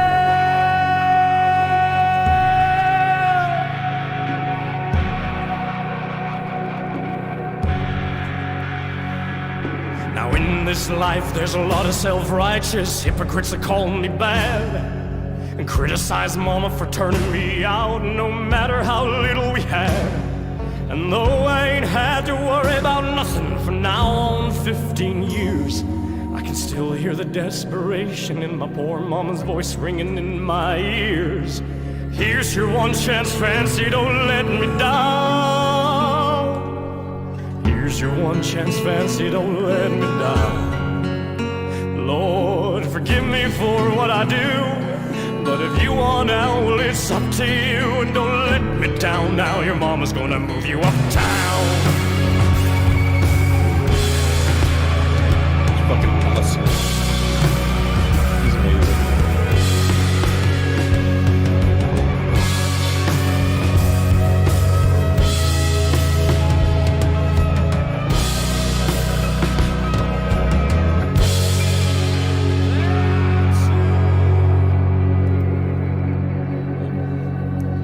It's pretty fair to say that I'm like completely enamored with this man's music. He's amazing. Both of these records, there's not a bad song on both of them. There's something badass about everything that this guy does. The fact that he's fairly clearly gay, like he has the whole costume and his persona and stuff, I love even more. Everything about him is everything about this guy's a fucking badass. Like I hear this and I hear Nick Cave. I hear Tom Waits. I hear fucking I hear Wayne Newton. Chris Isaac. Roy Orbison. He's fucking amazing. And he doesn't sound... What's her name? K.D. Lang. And he's not derivative. This does not sound like he's just ripping somebody off. At all. It's... Yeah, it's another level for me. To me, this guy is another level. For my personal taste. Elvis. Yeah, definitely Elvis. For me, this is an absolute other level. And I would make it a point...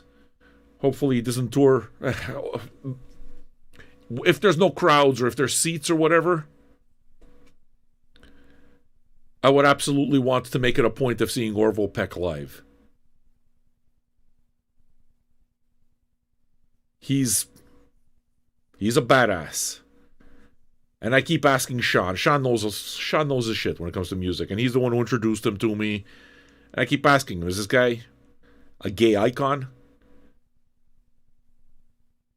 And he says, no, but he should be. Or he's kind of like a minor icon type of thing, but he should be. Because for me, when it comes to this, it's like the gay community catches on to stuff like what he does. It's like, oh, okay, I see what the big deal is. He's awesome. He's awesome. He's fucking awesome. I'm definitely glad that I got the 2 records. He will be. Oh yeah, this guy's going to be an icon for... I hope he just continues doing what he's doing. He doesn't have to change anything.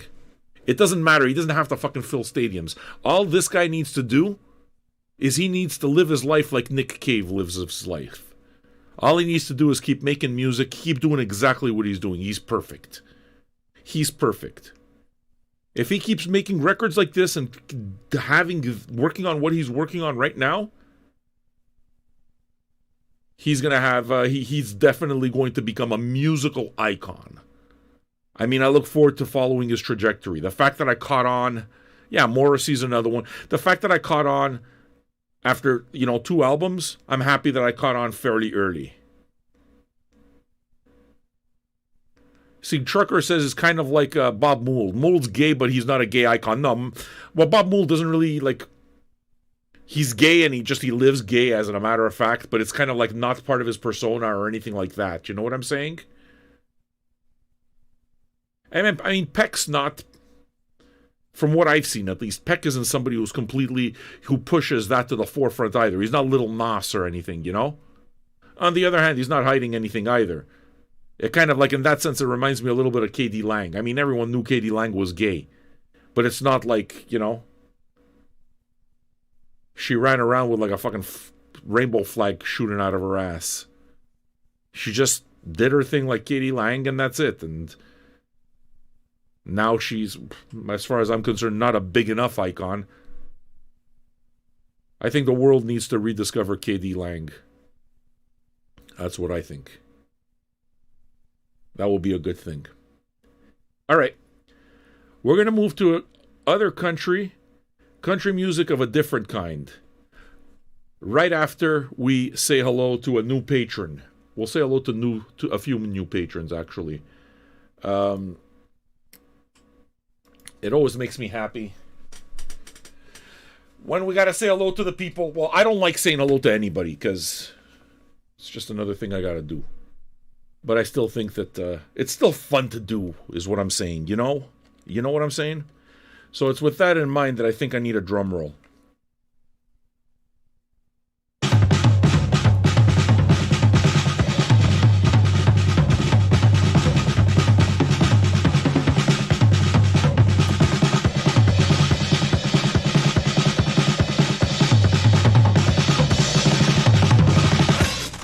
God damn. 521, bitch. Let's say hello to a few people here. All right? Will Akers, are you still around? Will Akers, you became a patron before the show started, so you might not be with us now. I hope you are. If you are, step up. We're talking about you now. And the other guy that's got to step up, he's already here. Cult fan. Turns out he's not a sloppy bitch after all. Cult fan and Will Akers, are you there? Shout out, man. We're talking about you. What you did... 521, 1 in 5. No, 1 in 5. Okay, he's talking about the Doors, this guy. You guys are new patrons, you understand? You guys, you kind of rule. And it's because you're new patrons that you get the royal greeting. So, 519 and 521. That's the sound of the police. Wrong button. That's not the one we wanted. This is the one. I want to dedicate Yes. this number. 519 and 520. I want to dedicate this number. Yes, 519 and 520. Cult fan, you are patron number 521. That other dude, 519. Superior creature. Hello, superior creature. Crack is whack, dickhead. What is that? What the fuck is that? Bullshit art test. Whatever your fucking name is. How are you doing? I give you good lessons. Next time, if you ask me again question like that, I'll break your back, I'll fuck your ass, I'll make you humble. My tits are shaking. I would like to do a romance inside of you. Yes, you can stay in my house, eat food, and use my system. You see? Now you're part of this entire thing we're doing, and thanks for jumping on, man. I'm glad that you like it enough. And actually, thanks for as long as you've been here, Cult fan. If you were around and just kind of like listening on the sly, thanks for respecting that. And now you're welcome. Talk as much as you want, show up as much as you want. If you annoy me, I'll throw you out anyway. Give you your $2 back. But for now, we're friends, aren't we? For now, we're friends. Thank you for the respect. All right, so this is the point where we get into a country of a different kind, and then we're going to get into some Primal Scream off Screamadelica. Before that, I'm going to play something. I'm playing one song off of this as a kind of taster to see if you want to crowdfund the rest. We got $15 towards a crowdfund. Now, Pizza Boy put that $15 with and naming this, so he'd like to hear side one of this album crowdfunded. If it doesn't work, then we'll use it for crowdfunding something else. I think you're okay with that, right, Pizza Boy? But we will try to get it crowdfunded. It's really quite good, though, I think. The reason I bought this record is because, well, it's a compilation. It's a double LP compilation that came out in on Record Store Day 2017 called Like Nashville in Nigeria. Nigeria's Romance with Country Music, Yesterday and Today. So this is a 2 LP compilation of Nigerian country music. I'm going to play this with another song back to back and tell me if you hear any resemblance on this next one. If this makes you think of anything at all, okay? Listen, I don't know what the name of the damn song is. This is, I think, side 2. Yeah, this is song 1 on side 2 off this compilation, all right? Check it out. Nigerian country music.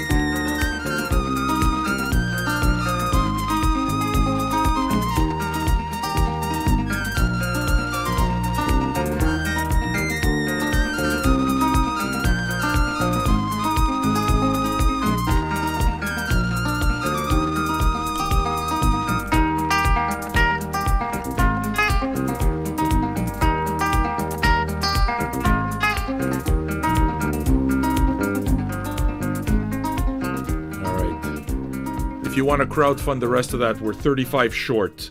We're going to crowdfund side 1. Here's what it kind of reminds me of.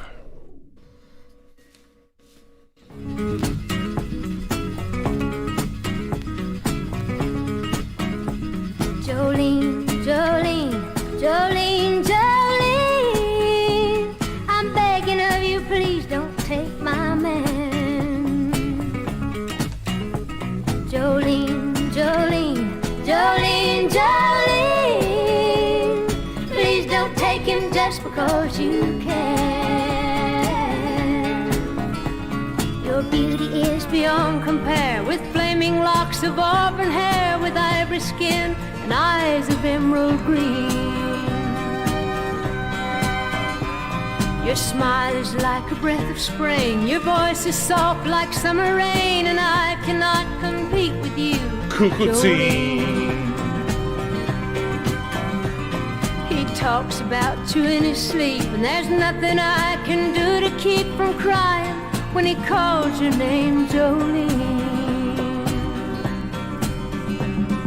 And I can easily understand how you could easily take my man, but you don't know what he means to me, Jolene. Jolene, Jolene, Jolene, Jolene, I'm begging of you, please don't take my man. Jolene, Jolene, Jolene, Jolene, please don't take him just 'cause you can. You could have your choice of men, but I could never love again. He's the only one for me, Jolene. I had to have this talk with you. My happiness depends on you, and whatever you decide to do, Jolene. Jolene, Jolene, Jolene, Jolene, I'm begging of you, please don't take my man. Jolene, Jolene, Jolene, Jolene, please don't take him even though you can. Jolene, Jolene.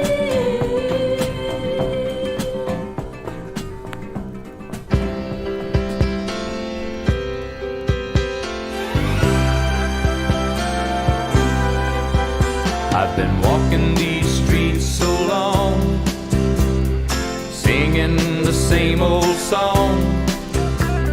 I know every crack in these dirty sidewalks of Broadway, where hustle's the name of the game, and nice guys get washed away like the snow and the rain.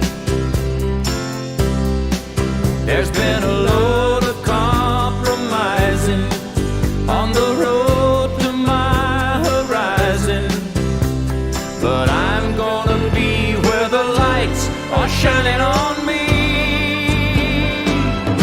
like a rhinestone cowboy, riding out on a horse in a star-spangled rodeo, like a rhinestone cowboy, getting cards and letters from people I don't even know, and offers coming over the phone.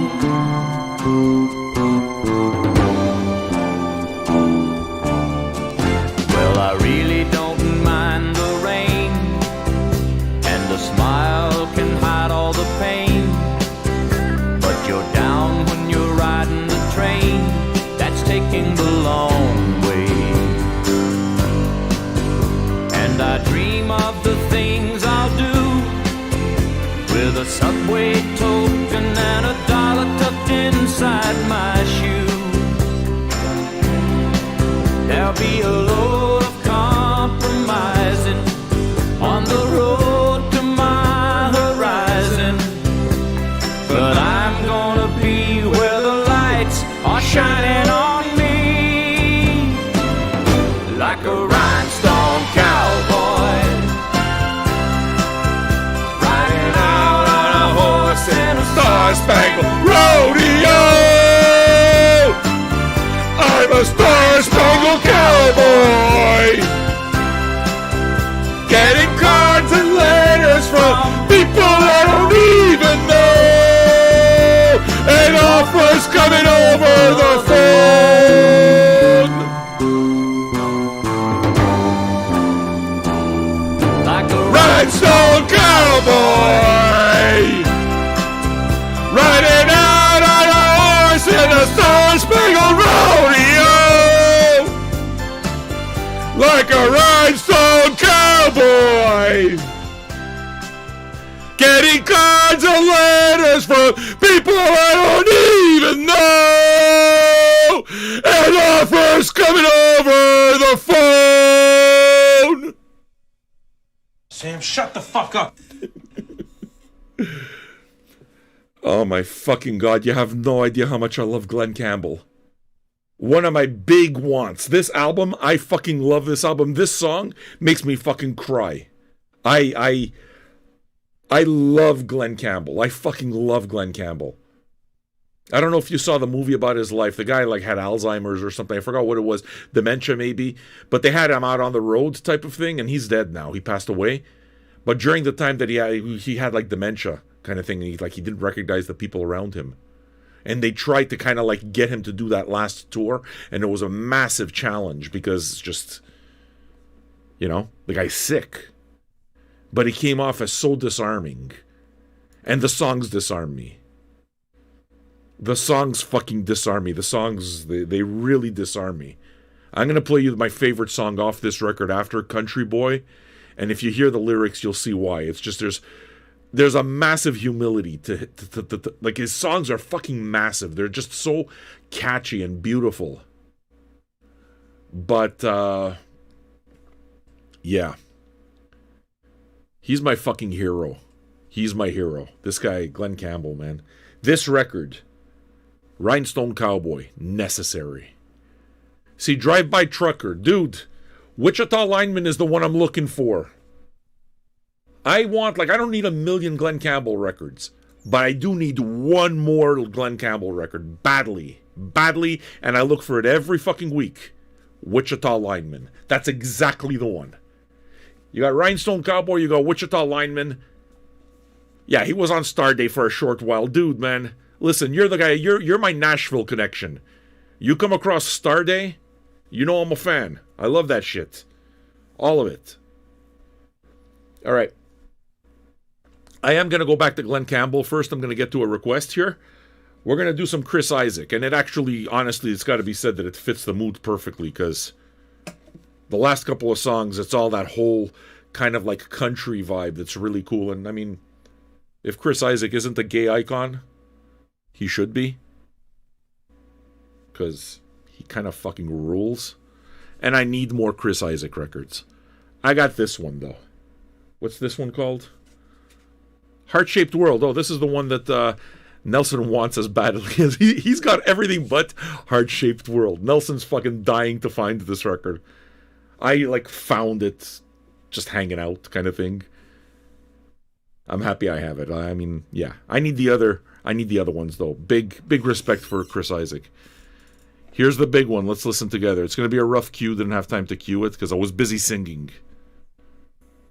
Oh, okay. That's not bad. We will be. There we go.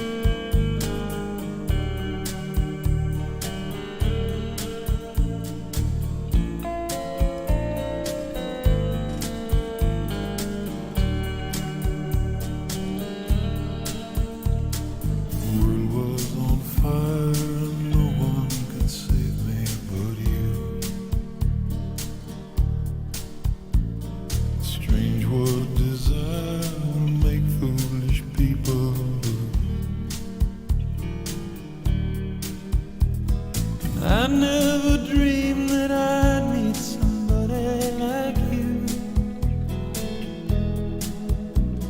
and I never dreamed that I'd lose somebody like you.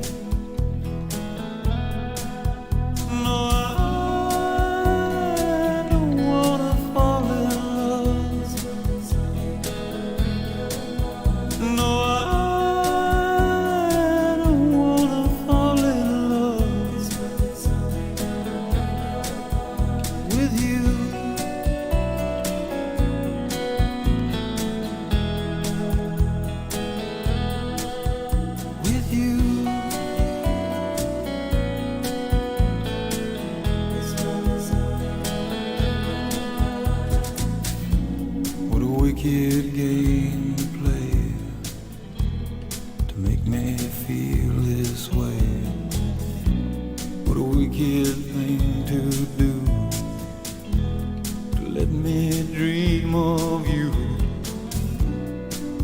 wicked thing to say.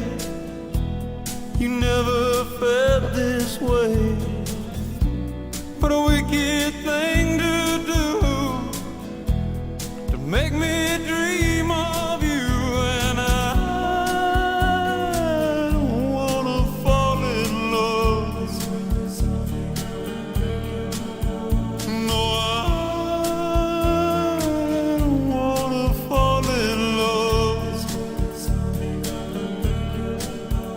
with you.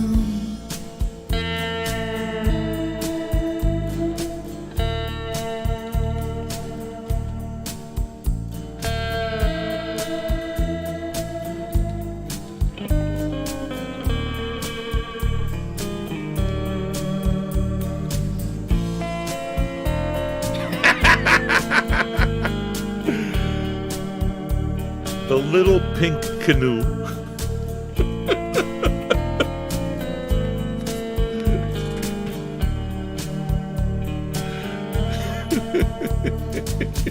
Was on fire, no one can save me but you.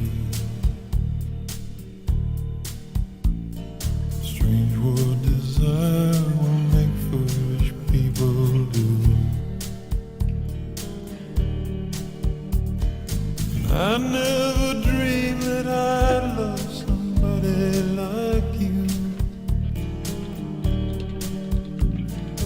I never dreamed that I'd lose somebody like you. No, I don't wanna fall in love. No, I don't wanna fall in love with you.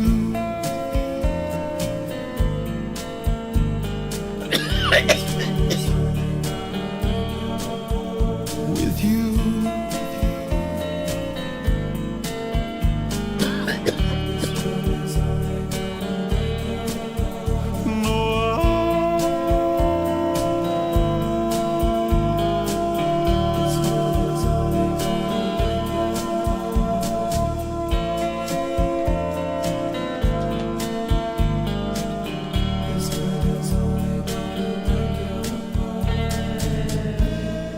Nobody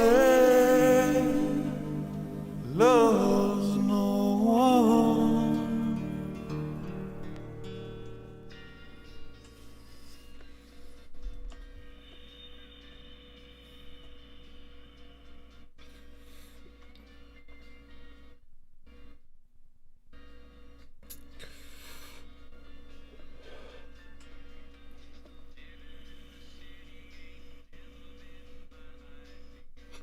Living at all. Ah, fuck off!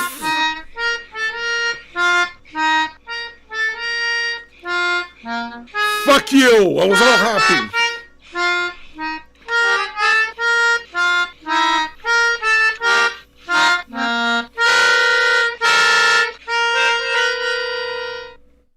Jesus Christ, what was that?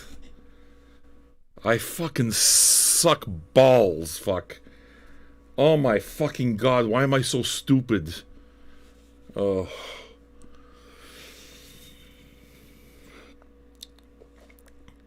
Fucking Lurch is laughing at me. That's all I need, him laughing at me. Nah, it's... You guys can laugh at me. You can laugh at me all you want. It's worth laughing at, you know. I don't take myself too seriously. And when I say that I want to improve my show, you guys know that that's not what I mean. The mistakes will keep happening. Yeah, it's exactly that. I just got letters. Rowan understands perfectly. I'm just wired a certain way where it's like I'm never going to be able to solve that. It doesn't matter how many times I do it. Did you ever hear of the porno they made after this movie? Jurassic Pork? You never heard of Jurassic Pork? No? How about that classic romance, When Larry Ate Sally? Did you ever see that one? When Larry Ate Sally? You never saw that one? Okay, just wondering. Did you know that dinosaurs were invented in Canada? We teach you things here. You go learn. Dude, do I remember the movie Porky's? Porky's was shot in Montreal. Of course I fucking remember the movie Porky's. Yeah, big time. Actually, can I tell you something about that movie? I swear I'm not kidding. There was one of the actors in that movie that used to work as a telemarketer for the Gazette at the same time as me. He was on another movie also that was shot in Montreal. There used to be a lot of these low-budget movies that were shot in Montreal.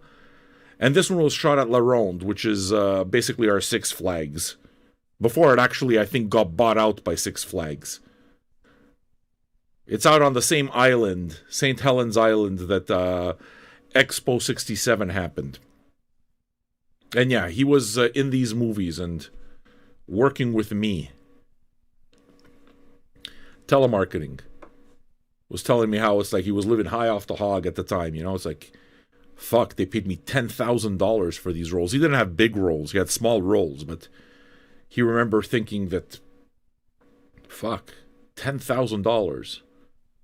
And then he spent it all and had to work at the Gazette with me selling newspapers.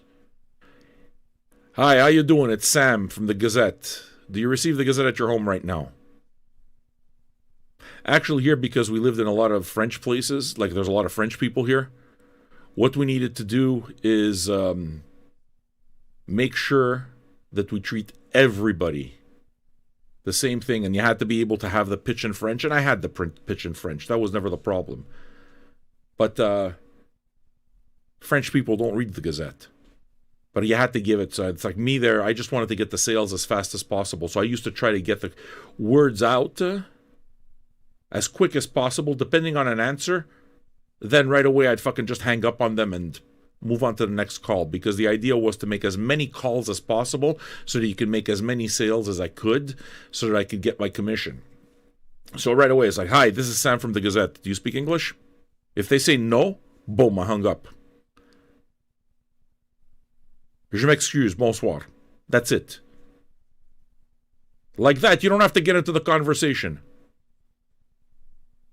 Hello, this is Sam from the Montreal Gazette. Parlez-vous anglais? Sorry, do you speak French? Do you speak English? Non! Non, moi je suis québécois. Je parle le français. Merci, au revoir. That's it, boom, done. Phone call done. Move on to the next caller.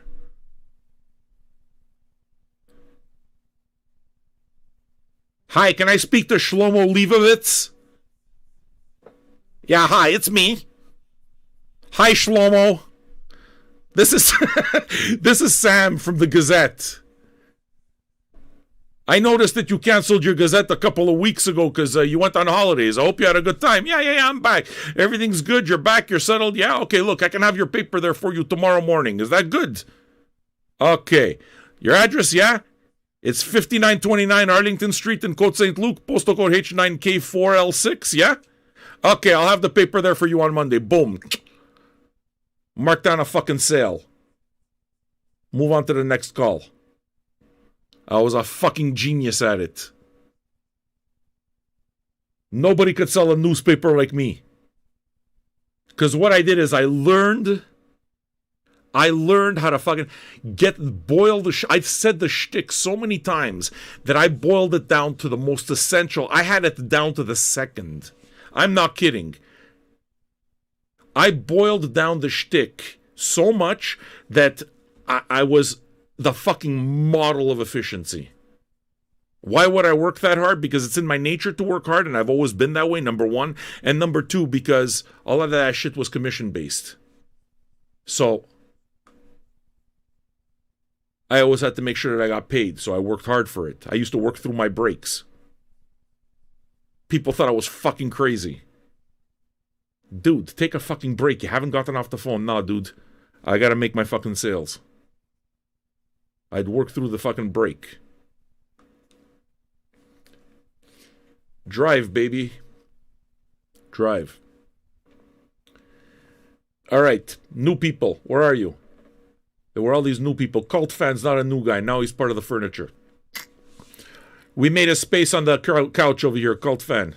Welcome to the couch. We're happy to have you. You weren't a punk bitch. We're happy about that. I'd like to invite anybody else to come out and join us for this conversation and this community. Become a patron for as little as $2 or $5 a month. Or listen for free with our compliments and stay off to the side. But participate. We like the ones who do participate. So yeah, man, you can come and participate and be a patron for as little as $2 or $5 a month at patreon.com/vinyljunkies. Darren says that telemarketing was his first job at 15 and people were mean. Yeah, I started working in the telemarketing at age 16, and I worked there 10 solid years, from 16 to 25. I put myself through college and paid all my bills with it. It was a full-time job, man. My schedule was fucking crazy as a kid. I used to get up early. I had a morning shift at work. Okay, so the morning shift was from 9 to 12:30. 3.5 hours. I'd do that. Then I would schedule my classes in the afternoon. The earliest one would be like 1:15 p.m. So I got off work at 12:30 and used to walk to school. Eat something on the way, make classes for 1:15. Some of them were for 1:45, 2 p.m. Take 2 classes in the middle of the afternoon. Or 1 class. Actually, no, it was 1 class that I tried to spread out. 1 per day kind of thing. And I'd always take it in the afternoon so that I can go back to work at 5 p.m. and put in another shift from 5 p.m. to 9:30 p.m. So I used to work, 9 hours a day. But I used to have to do it in separate shifts, and I used to go to school in between. Monday to Friday. Saturday, from 9 to 1 p.m. Another 4 hours. No work on Sunday. I would have probably gone in on Sunday too. So, what they say is, I remember, well, this used to be a saying back then. It's a trenches job, like you were saying. It's a trenches job. You learn a ton in jobs like that. And I remember that they used to say that what people would look for, the types of experience that people would look for, back then at least. Okay? The types of experience they would look for on a resume is 3. If they saw, the ones that they thought were good was if you worked for McDonald's, if you were in the armed forces, or if you were a telemarketer. A telemarketer because they know that you learn how to talk. You learn your pitch, you understand all of that, and a telemarketer teaches you how to accept rejection. So you want to know how it is that I made it? My telemarketing fucking did everything for me. My telemarketing is what taught me to be a motherfucking bull. And once I finished my telemarketing, I went and sold life insurance. And I used to get my clients out of the telephone book. Blind calls. Out of the fucking telephone book. They used to tell me that Indian folk buy a lot of life insurance. So I used to go to the telephone book and go straight for the P's. Fucking call every Patel I could come up with. Every fucking Patel in Montreal, I've called him. Everyone. And I'd call them on the phone, blind. Hey. And make a pitch and try to fucking get them to buy life insurance. Or if it wasn't to buy life insurance, to review their life insurance. And Indian folk are massively big on education too. So we used to sell education plans also. So what we would do is that's out of the phone book, I'm telling you. Like back then, phone book. We used to have paper phone books. I started at Patel. I called every fucking Patel in Montreal, every one of them. My first fucking sales were all Patels, fucking Kumars, Singhs. I had half of Little India and Little Pakistan as clients. Didn't have money for a fucking car. Didn't have money for a car. I couldn't go by bike. So what did I do? Padgy, you dickhead. If you're gonna tip me for my stories, tip me properly. Every time you go through YouTube, fucking, they take 30%. Thanks for your tip and everything, but don't be an asshole. Thanks. So I started my life insurance job. I didn't have a fucking car. I had no money for a car. I had nothing. I had a university, fucking with philosophy courses under my belt that taught me how to be ethical. But if I wasn't going to be a teacher, I wasn't going to do anything. What am I going to do with a fucking degree in philosophy? So I tell myself, okay, it's time. I had very, very strong sales skills. So the fact is that whoever it is that says, oh, well, you get, people are very mean to you on the phone. No, you see, with me, it was exactly the opposite. They used to fucking call and complain about me. This fucking guy is rude. They'd call back, they'd see their fucking number, the phone with the fucking caller ID. They used to see the number, the Gazette. So as soon as I hung up on them, because I would be very quick, okay, bye. I wouldn't fucking get off. Okay, bye, because I have to get to the next call. Capiche? Because this call's not making me money. The next call might make me money. Work.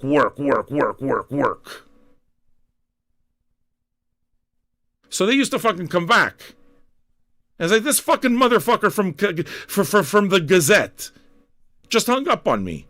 Especially if they were French and they didn't like the whole English thing, because there's a little bit of this French-English thing here that's always been there, here in Quebec. Then they'd fucking want me to lose my job. So they'd all call. I was like, your guy's fucking rude. I'm pretty sure that I got the most customer complaints in the history of that job. But there's also something else. I also got the most sales in that fucking job in the history of that job. Nobody ever did it better than me. Nobody. You name whatever fucking big, the GOAT, that was me.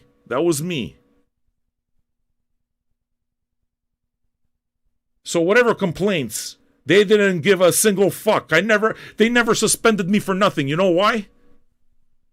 Because I was good and I fucking brought them money. That's why. Because I worked my ass off and they never had to tell me to go back to work. And then they never saw me slacking off. One thing we used to do when I didn't have class is we used to go to a pub here called the Peel Pub. I don't have a fucking drink. I don't have a drink. Porco Dio. We used to go to this pub. I'm a sociopath. Yeah, for sure.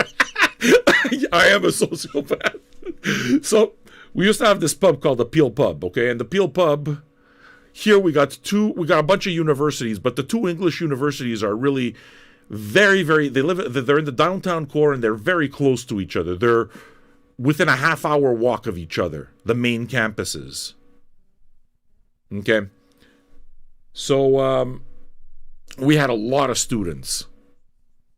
That means that those pubs with cheap beer and cheap food, these fucking places were packed with students. And I was one of those students. Because you can go to the Peel Pub and get yourself a pitcher of beer. I think they cost like $6.95 for a pitcher of beer or something, or $6 for like a big old pitcher of beer. And you can get a meal for like $5. So you can get a hamburger steak for $5. So we'd eat for nothing. They had, as a matter of fact, they even had the cheapest option there, I remember, was the fucking spaghetti. You could get a plate of spaghetti with sauce. No meat sauce, but sauce. Yeah, McGill Concordia. McGill and Concordia are a half-hour walk away from each other. I used to walk that all the fucking time, like every day. So, you could get a plate of spaghetti for $2. It was shit. I never bought it because it was garbage. I went for the hamburger steaks. But you knew that you could eat for $5. With $20, you get hammered. You fucking drink 2 pitchers of beer. You get hammered and you eat. You're good. Now, this wasn't always a good idea because I used to have to go to work after. So we'd go to work in the morning. We'd go have lunch and get hammered in the afternoon. I'd go to work drunk in the evening. 5 p.m. I'd start my 5 p.m. shift. They didn't give a fuck. They're going to save my chair. They're going to give my chair to... Fuck no. Because they knew, drunk or not drunk, I'm going to fucking get it done. And I got it done. So much so that our office, downstairs in our office, was a pub. Pub Saint Jacques. Because the office was on Saint Jacques Street. There was Pub Saint Jacques. At one point, I think I had fucking 7 or 8 sales. They wanted you to get 1 sale per hour. So in a 4-hour shift, if you got 3 sales per shift, you had a job for the rest of your life. By the break, so from 5 to 7 p.m. in 2 hours, I had 8 sales. So my boss gives me $10. He goes, go get yourself another beer. It's break. Go get yourself a fucking beer. This fucking guy works perfectly drunk. Let him fucking keep drinking. He got me fucking 8 sales. This guy does the work of 3 fucking people in 2 hours and half the time. Go drink. What do you think makes me go on over here?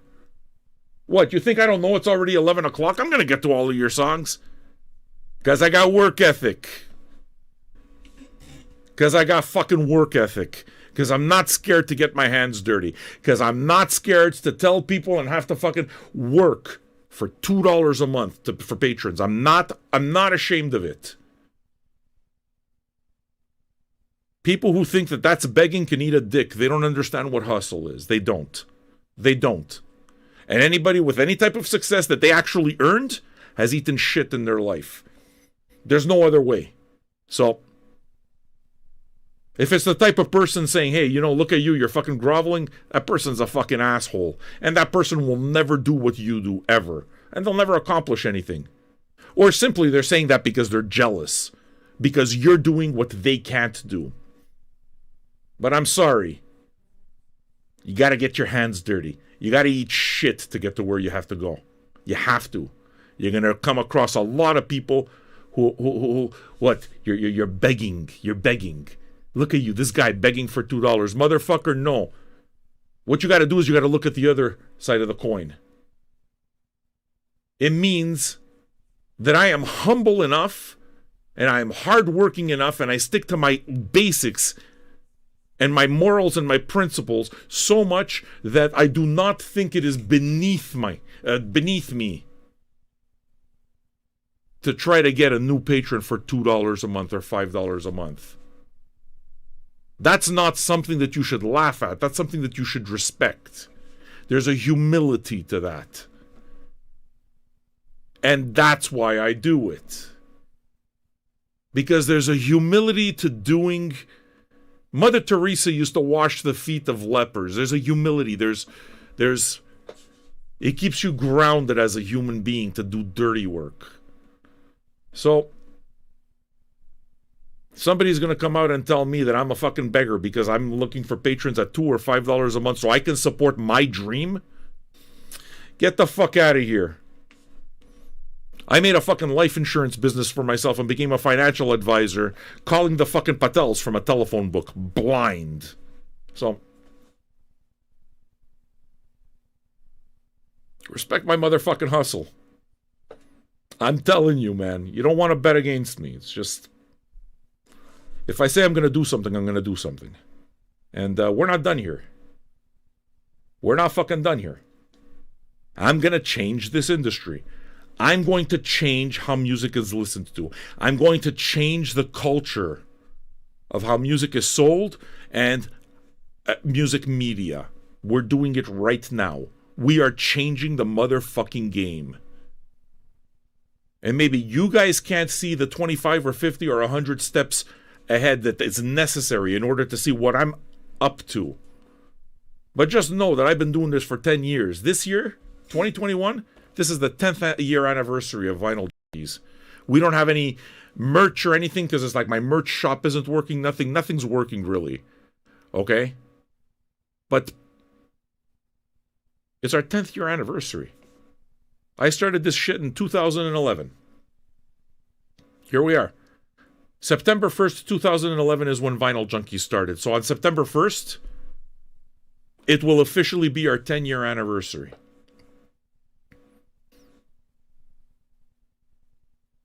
"10 years doing it because it's just I need to do this as a living. I need to do this. This is what I meant to do." So you pay the fucking price. You gotta eat shit. You gotta come across people who'll tell you that what you do is worthless. And you're crazy to do what you're doing and you're an asshole. You gotta come across all of that. You gotta come across people who'll just try to poke holes in what you're doing and try to drag you down, when in fact, they would get on their knees and suck a mile worth of dicks to do exactly what I'm doing right now. They would love nothing more than to do what I'm doing right now. But they don't know how to do it. They don't have the talent to do it. And they don't have what it takes. It's just, you gotta eat shit. You gotta work so fucking hard that there's no such thing. No such thing as no. No just means no. I gotta figure out now how to solve that problem. That's it. And that's what I do. So I'm telling you, when I'm telling you that I'm taking us exactly to where I said I'm taking us, trust me. I am creating new radio. You guys are the empire. We are the empire. We. You know why? Because we're the ones who spend money. Us. We are the best target market, and every motherfucker who sells records wants to sell to us. That's powerful. So let them come to us. It makes sense what we're doing. So we'll keep doing it. We'll keep creating new radio until it's not new anymore. Until it becomes the norm. Guess what? Prehistoric man didn't have AM or FM radio either. New things have to start somewhere. And there has to be an innovator that moves it forward. There has to be somebody who moves the idea forward. And that somebody is me. Simple. No requests. Requests are closed, dude. But I'm going to put it towards album sides, Cult Fan. I will put it towards album sides, and that is the way you request, okay? So yeah. All of the hurdles that you see right now with what's it called? With copyright and all this, that's going to disappear. It's just you got to take care of that. You got to eat shit. You got to clear every stone out of your motherfucking pathway. And if you don't do it, you got to pay somebody to do it. And it's just nobody can pay you. Nobody knows what you're building. So nobody can do it. I got to dig the motherfucking trench. Me. I got to move the stones out of the way. And every time we get taken down by copyright, every time there's something like that happens, that's just a stone. It's a fucking obstacle. That's the point. That's exactly what we got to get past. That's exact. Dude, if your XX can go to album sides, I'd appreciate it. If you're saying cool, I love you already, buddy. So, I'm telling you, I got a plan. And the plan puts the power in your hands. You are the entertainment. This conversation, this thing that we're doing in a room together right now, this happens because of you. Okay, I'm the one who opens the fucking bar. I got it. We're all having drinks. I opened the bar. We're all seated. We're all comfortable. I got the keys. I'm the fucking lighthouse keeper. But The bar's fun when it's full. The bar's always full here. It's you guys. You guys are the fucking patrons. You. 70 towards album side so far. Yes, 70. So we have a full side of the African music and then another one. Yeah. It's fun because the patrons who come to the bar, that is Vinyl Junkies, VJ Pirate Radio, are fucking cool. Because people love music here. Because people understand the idea of community. You have to. So, it's a new way of doing things. And it's thinking outside the box. And that's why I don't worry about competition. I don't worry about nothing. Yeah, we should do two sides of that record too. I don't worry about any of that. There's no competition because nobody's doing what I do.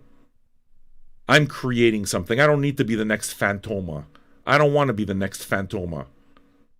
I think what Fantoma did is fantastic. I want to be the next fucking Pinocchio. I want to be the next John Peel. I consider what I do here more John Peel than Fantoma. That's for fucking sure. Again, and there's no hate towards what he does. I mean, what he does is what he does, and he does it with great effect. And I mean, he's a pioneer for what he does, and he deserves all the respect in the world.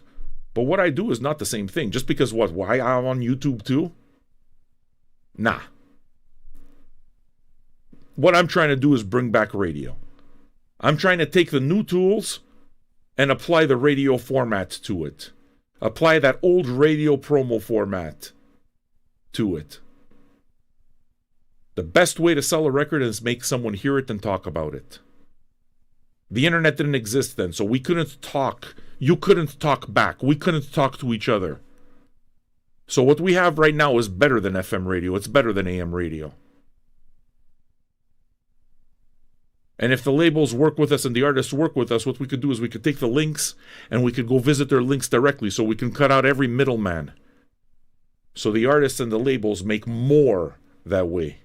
I'm telling you, we're going to change this industry. Just a matter of time. So if you guys think that this shit's going to happen tomorrow, it won't happen tomorrow. If you think it's going to happen in 6 months, probably won't happen in 6 months, probably won't happen in a year. It'll probably take a few years at least for me to get to where I have to go. But what the hell am I worried about? I'm not fucking worried. Bring it. What? I'm worried about working. Give me a motherfucking break. I'll show up. Bring it. Before you know it, we get there. So, if I give myself 5 years and it gets done in 2, it's a beautiful thing, but it doesn't matter. Whether you give yourself 5 or 2, the part you're responsible for is I show up every motherfucking day. I keep the lights on. I open up the fucking bar. You guys come in. You have a drink. We chat. We fuck around. We get to know each other. I get to bust your balls. You guys are on Zoom. You guys become the characters in all of this. This shit cannot be done on radio the same way, or on satellite radio. It's not the same thing. The community, the people that talk here, the chat, the fact that right now, no matter where you are, whether you're on YouTube or Twitch, you're all together. You see the stats underneath, 40 and 26. There's 66 of us in a room. It doesn't matter what the platform is. It's not the platform. The chat, you're 66 people in this fucking chat right now. Some of you are talking and some of you are not. That's the fucking power. But what is it? It's radio. This is radio. This is old fucking radio. This is talk radio. I fucking love talk radio. Have you ever seen the movie Talk Radio? Done by Oliver Stone. It was based on a play. I've seen the movie Talk Radio easily a dozen times. I am from back then, I was completely obsessed with that movie. And I've watched it again recently. It's a movie I know I'll keep watching. I've always been fascinated by that. But this is radio. This is old school fucking radio. It's talk radio. It's old FM radio, play the songs. Old AM radio, play the hits. Take requests. But without the boundaries that existed back then. So now I get to talk to you direct. Now I get to see your comments direct. We get to speak to each other the way we speak to each other, and you get to be a part of the show. And the audience can be whatever the fuck the audience is. If 2 people show up, it's 2 people. If it's 2 million, then it's 2 million. I don't worry about who shows up. So in other words, this is a couch that can grow as big as we need it to grow. I just gotta show up. You understand? I'm not gonna stop until we get it. And we'll get it. I promise the audience. I promise that the gatekeepers are listening. The gatekeepers are watching. Shit that used to get blocked doesn't get blocked anymore. The gatekeepers are watching. They're paying attention. They know what I do. They know what we do here. Good. That's the idea. You want them to know. You don't want to hide. You want them to know so that they see, look, this is what the model is. Look at how it works. Instead of cutting our legs off, why don't you fucking help us? Why don't we work on the same side so we can promote the art? It works better. We're not there yet. We'll get there. I'm not going to take a fucking vacation. I'm not done working. All right. Let me play what I got left on the table here, which was Glenn Campbell, Screamadelica, and then we're going to get to album sides. I'm going to put everything else on album sides. We're going to play some Nigerian country music. Too much talking, not enough talking? You tell me. Here's my hustle part. Hey, did any of what I said connect with you?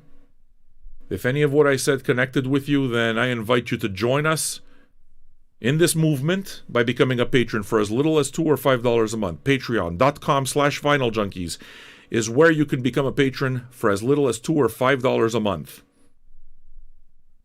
And you can say that you were part of the movement, and you can join us in the conversation. If that's not your vibe, then feel free to keep listening. Listen for free, listen anonymously.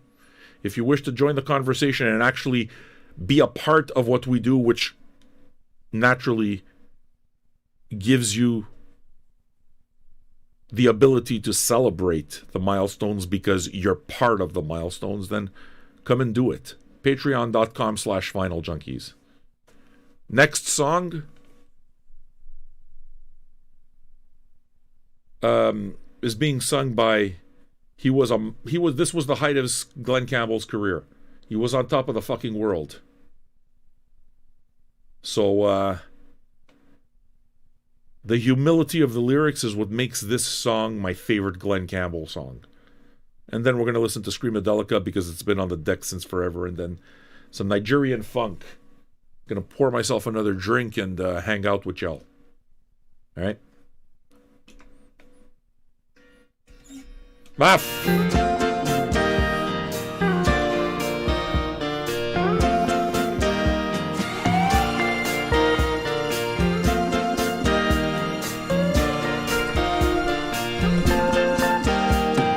Living in the city ain't never been my idea of getting it on.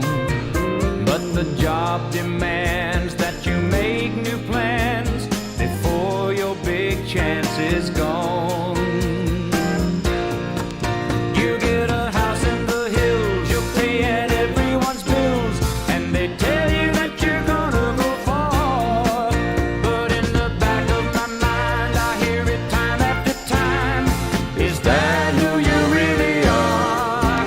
Country boy, you got your feet in LA, but your mind's on Tennessee.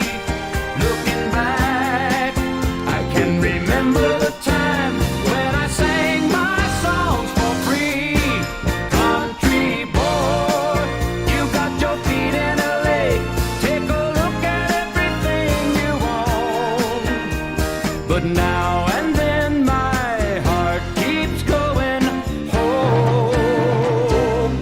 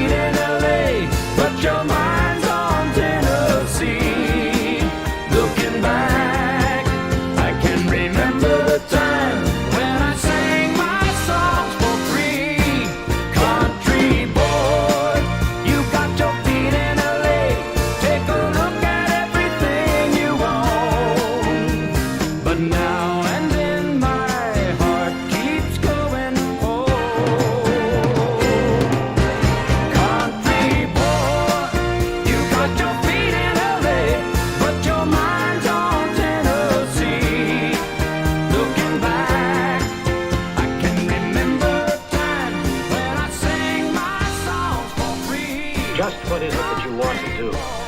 Well, we want to be free. We want to be free to do what we want to do. And we want to get loaded. And we want to have a good time. And that's what we're going to do. Well, wait, baby, let's go. We're going to have a good time. We're going to have a party.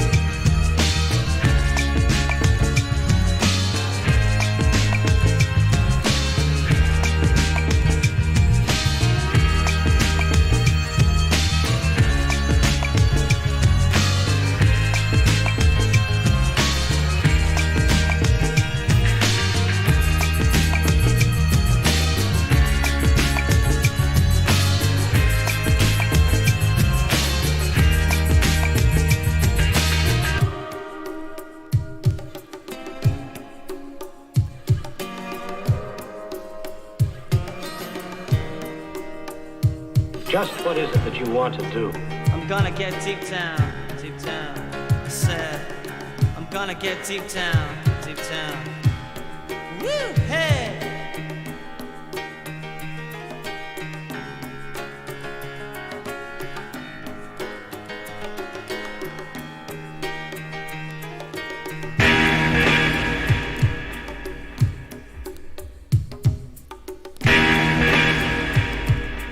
We want to be free to do what we want to do.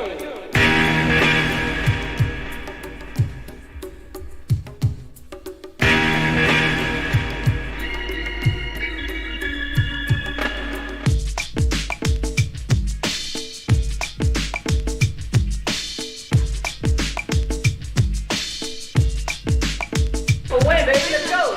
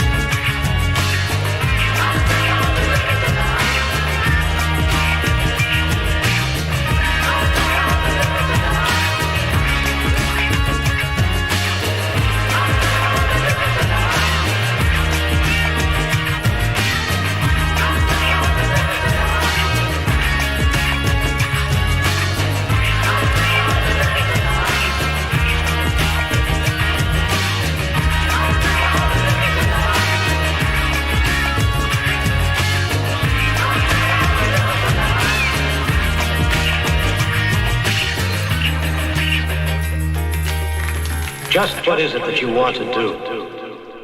And we want to get loaded. And we want to have a good time. And that's what we're going to do. Well, or not. We're going to play some music and have a good time, though. All right. So, down to the nitty-gritty. Time for album sides. We got one album side already picked out with already 20 of 50 towards a second side if you wanted. My guess is, if I know this crowd, you're going to want this. This is good. I mean, it's a compilation, okay, that was put together by a label called Comb and Razor Records. Okay, so Comb and Razor Records put together this 2 LP compilation of Nigerian country songs and put it out in 2017 as a record store day release. So it was pretty limited, you know. It's called Like Nashville and Nasia. Nigeria's Romance with Country Music, Yesterday and Today. The only frustrating part about it is that there's no liner notes. And I mean, a record like this fucking screams liner notes, so you need liner notes. But that's what we're going to listen to, man. Probably 2 sides of it, but yeah, we're 30 short. We're 30 short for a second side. And if we get it, we're going to just do back-to-back. Like I said, my guess, this shit's going to be good for you. You guys are going to want to do it. So if you want to fund it, there it is. Ofiji's got... Oh, fuck, Ofiji's on this, eh? Yeah, Ofiji's great. I got 2 Ofiji records. Oh, wait a second. I know some names here. Ñoñas Pedro. I fucking know Ñoñas Pedro. I know him. Ofiji. You're right. There is an Ofiji song. Fuck, this is good. This is going to be fun.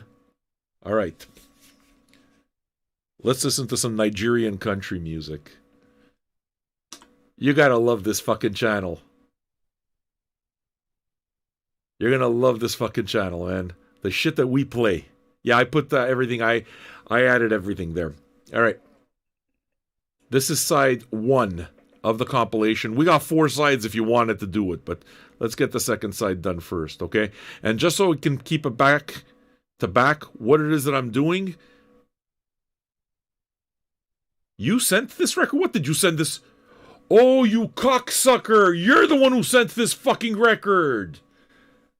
Now I got it! You gotta be fucking kidding. It just came together. Now it makes sense. That's funny. So this record was sent to me by that fucker. By Pizza Boy. I didn't know because when this came in, it's like, wait a second, why don't I remember buying this? But I kind of second doubted myself because this is exactly what I would buy. This is exactly the kind of record I would buy. I mean, and you know that, right? So if I saw this, it's like, oh shit, okay, I'm gonna get it. So I kind of second guess. I'm there, okay, well, I don't remember buying this. On the other hand, this is exactly the kind of thing that I would jump on immediately. So now it makes sense. It's fucking Pizza Boy that put this one. Dude, you did it right. You did it right. This belongs in this archive. Very, very satisfied. Very fucking happy, and I've heard only one song. This is going to be good. All right, folks, let's do this. See, now that makes the record even more special. Nigerian country music. Smoke 'em if you got 'em. I'm going to fix myself another drink.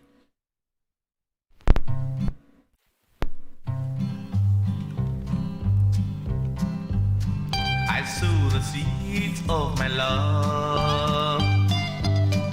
I plant the seeds of my love. I've sown and gathered all the crops for longest time. I sow the seeds of my love. I plant the seeds of my love. I've sown and gathered all the crops for longest time. I heard it all, told in my dreams. I it all. Wonderful story that woke me up in my dreams. I sowed the seeds of my love. I planted the seeds of my love. I've soon gathered all the crops for longest time. I've sown the seeds of my life. I've sown the seeds of my life. I've planned my life so well as one would love to see. I've sown the seeds of my life. I've sown the seeds of my life. I've planned my life so well as one would love to see. I heard it all, told in my dreams. I heard it all, that wonderful story. I heard it all in my dream. I've sown the seeds of my love. I've sown the seeds of my life. I've planned my life so well as one would love to see. I heard it all, told in my dreams. I heard it all, wonderful story that made me up in my dreams. I like the touch of my life. I live the touch of my love. My touch of life and touch of love has come to stay. I live the touch of my life. I live the touch of my love. My touch of life and touch of love has come to stay. I heard it all, told in my dreams. I heard it all, wonderful story that woke me up in my dreams. I live the touch of my life. I live the touch of my love. My touch of life and touch of love has come to stay. I heard it all, told in my dreams. I heard it all, that wonderful story. I make me up in my dreams. I sow the seeds of my love.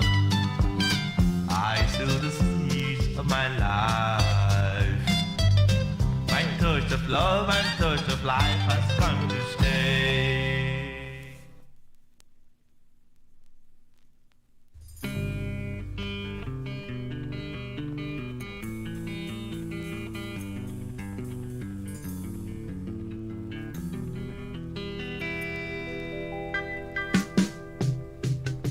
Kiss me one more time to help me on my way.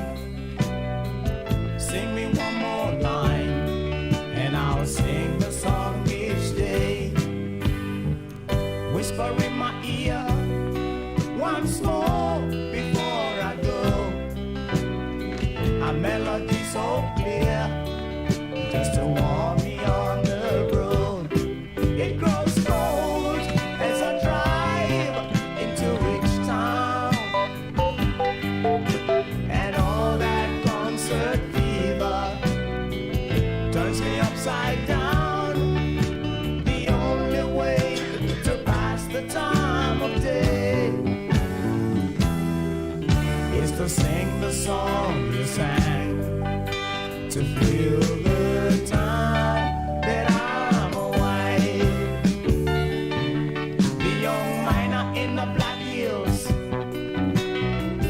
digging for some gold, and thinking about his lady, whom he heard has stayed back home.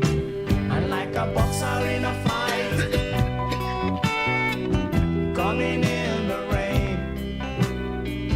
His melody like mine is the song his lady sang. It grows cold as I drive into rich town, and all that concert fever turns me upside down. The only way to pass the time of day is to sing the song you sang, to feel the time that I'm away.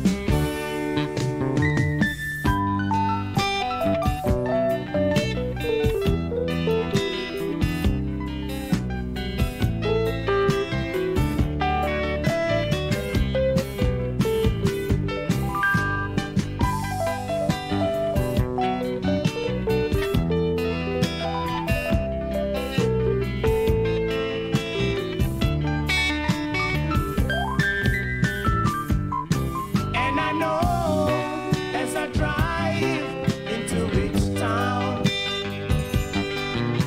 that all that concert fever turns my head around. The only way to pass the time of day is to sing the song you sang, to feel the time that I'm. Feel the time, feel the time, feel the time, feel the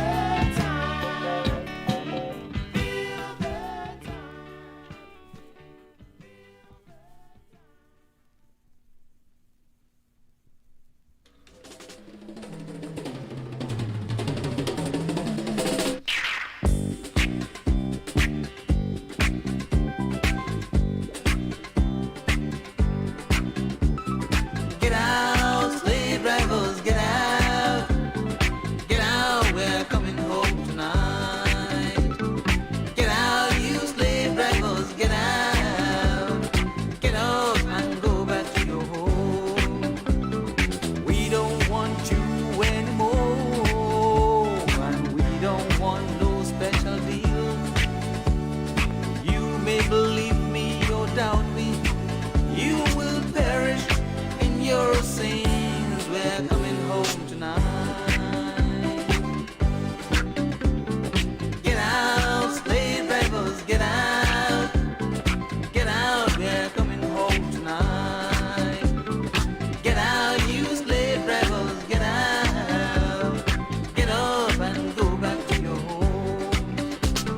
Young Smith and Foster, please get out. Just leave us alone. Thousands of black men may perish while fighting to get back their freedom. We're coming home tonight.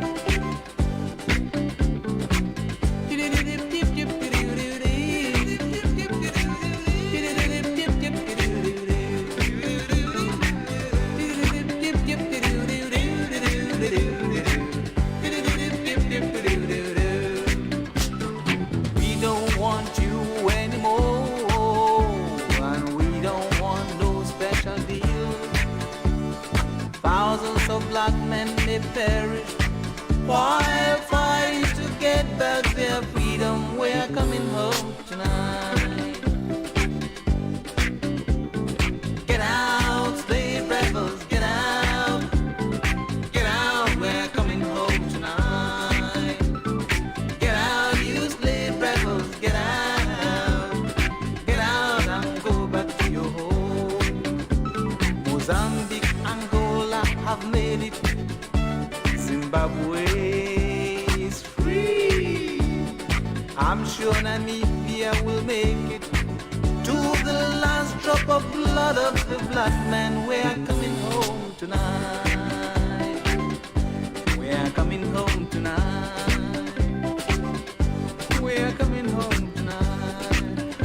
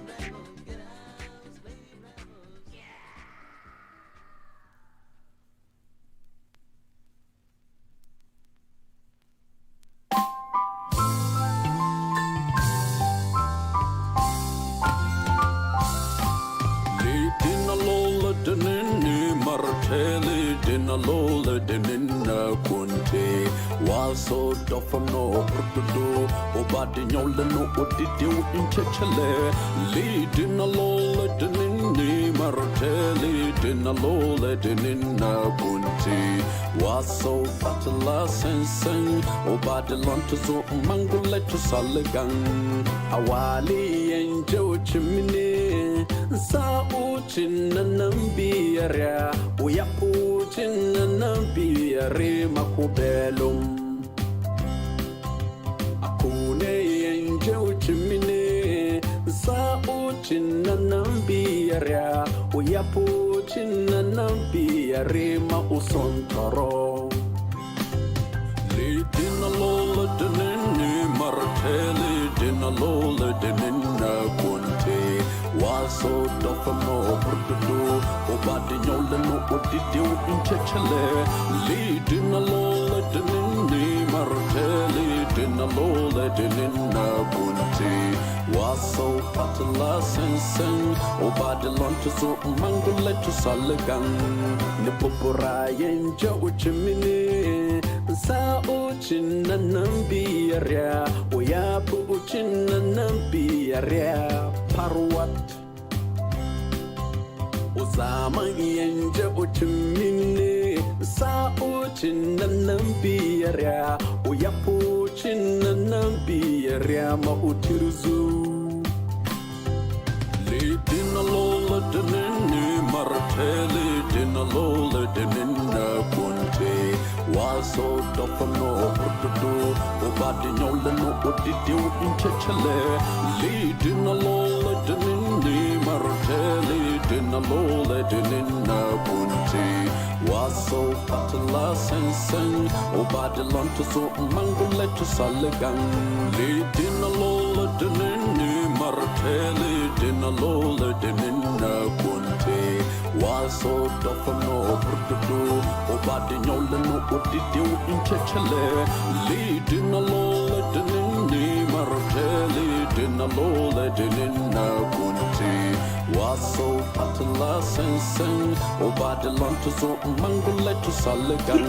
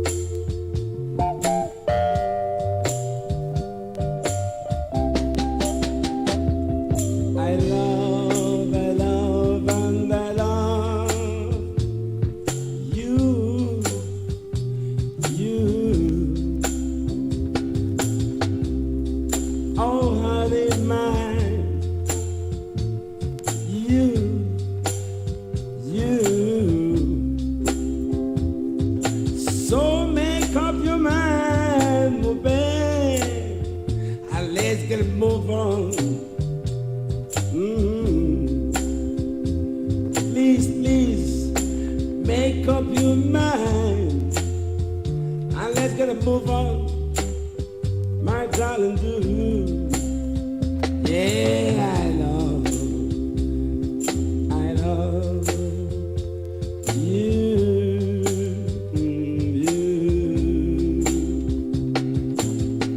I got a little bluebird singing on top my window pending road that night. You know. Yeah, I got a little bluebird singing on top my window pen the other night, you know. I love you. I love you.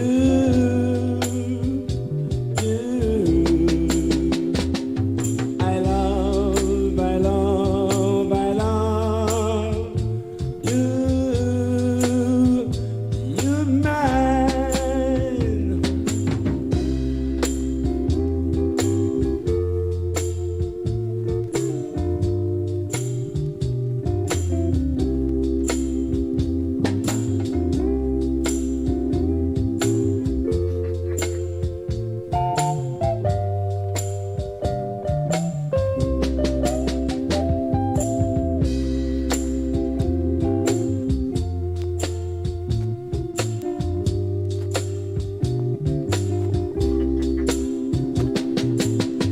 Yeah, I love it so much, much.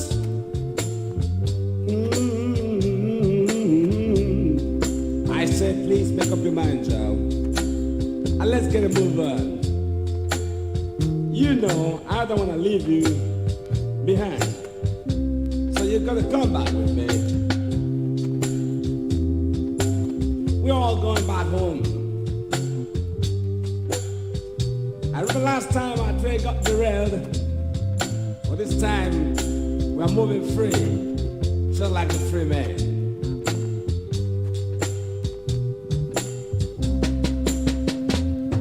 I love you.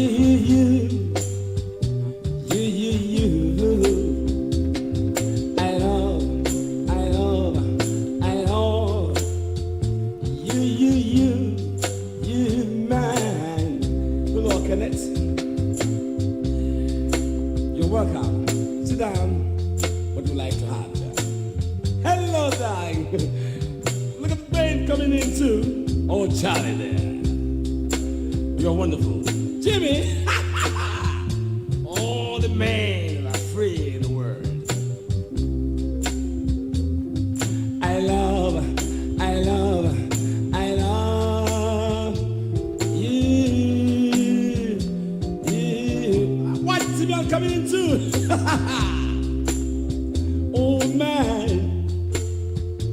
Oh man, I love it so much.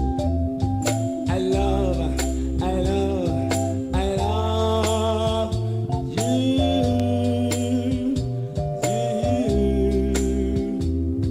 You are the only one I see, the only one I know. I love you.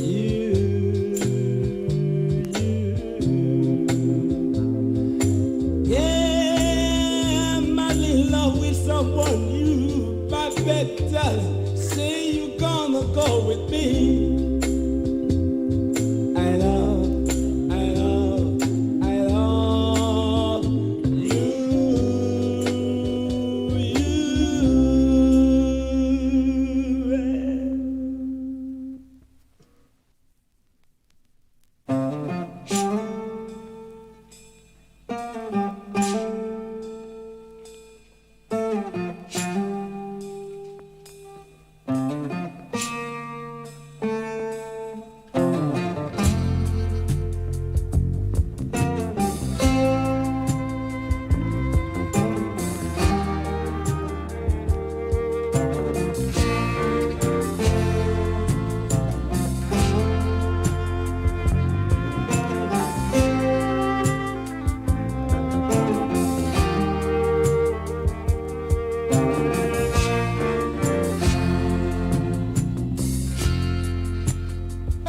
If you think back, girl,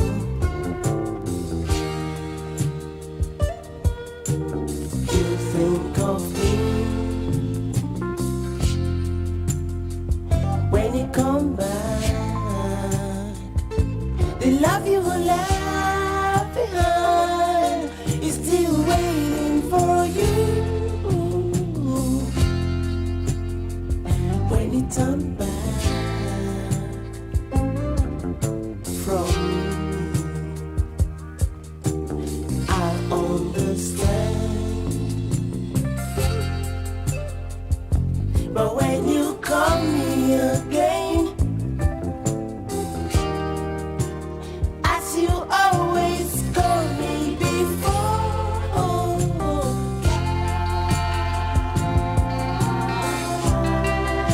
to come back to me.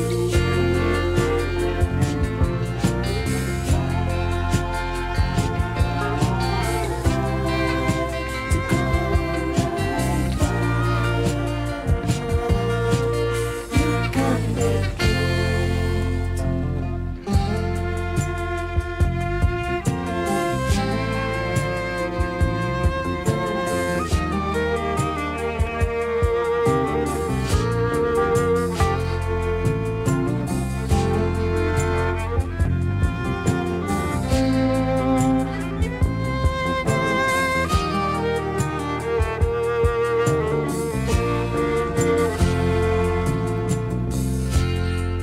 try to reason the way you should,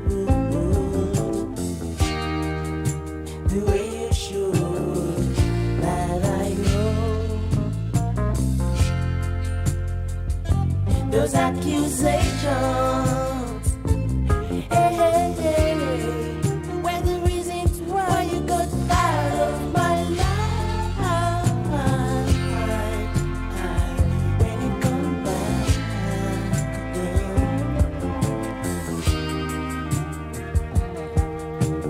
you come to me. When will I see you again? Could be one day.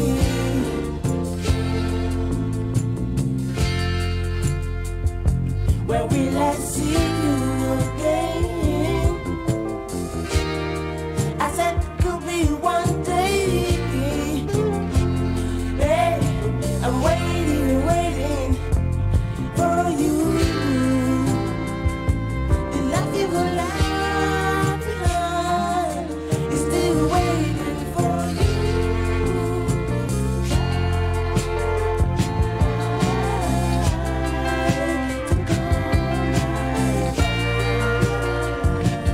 To I'm waiting, waiting, waiting, waiting, baby. Just try to come back. You can make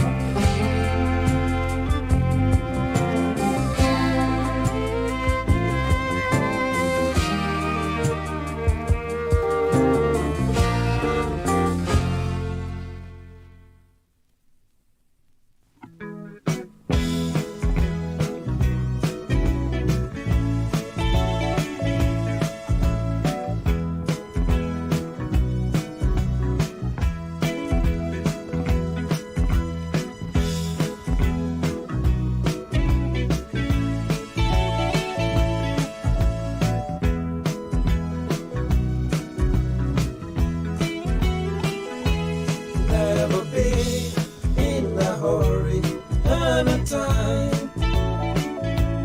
Never be just to worry another day. Never be in a hurry anytime. Never be just to worry another day.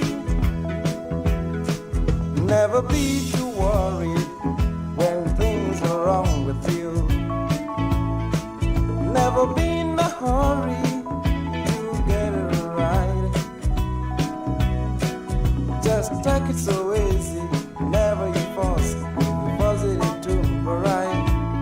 Never in a hurry anytime. Never be in a hurry anytime. Never be just too worried any day. Never be in a hurry anytime. Never be just too worried any day. The things are looking bad. Never you get upset. Just try with time, you get it right. And take it so easy, never you force. If you force it, it will be right. Never in a hurry anytime. Never be in a hurry anytime. Never be just too worried any day. Never be in a hurry anytime. Never be just too worried any day.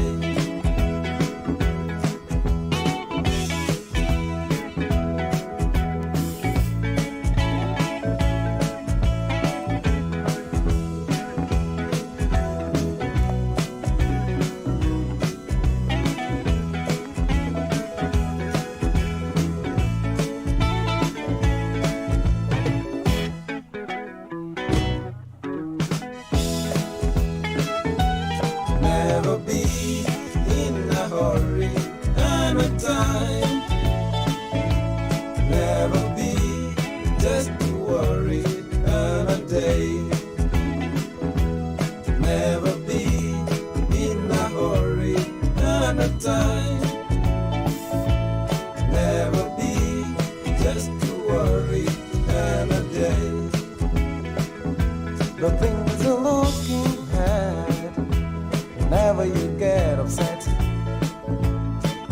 just try with time, you get it right. Just take it so easy, never you force. If you force it, it will be right. Never be in a hurry anytime. Never be in a hurry anytime. Never be just too worried any day. Never be in a hurry anytime. Never be just too worried.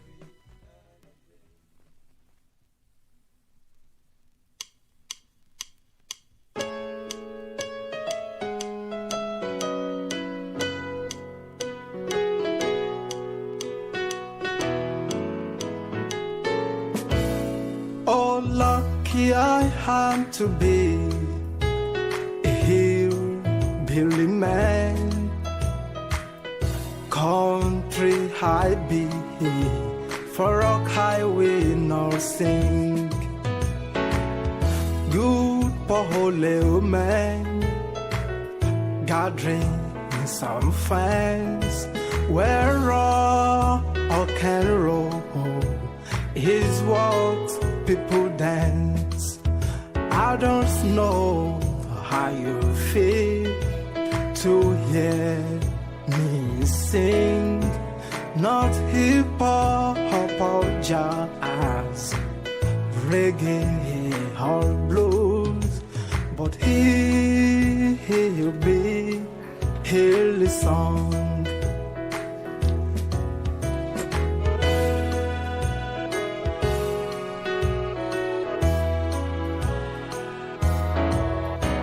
My name is Don Civic, and this is what I'm born to do.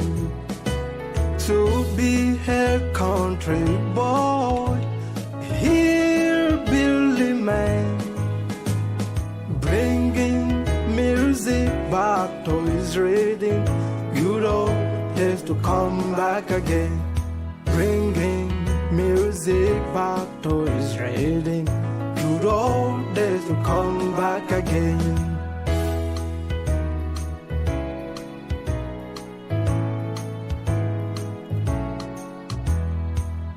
For the old folks before going to the grave, for the young ones to follow after my play. But I'm doing this in the cowboy way, bringing back the good old days. I'm doing this in the cowboy way, bringing back the good old days. With country in my country, Lord, good old days will come back again. With country in my country, Lord, good old days will come back again. Now can you see how lucky I am to be a hillbilly man? My name is Don Civic, and this is what I'm born to do. To be a country boy, hillbilly man, bringing music back to his reading. Good old days to come back again, bringing music back to his reading. Good old days to come back again.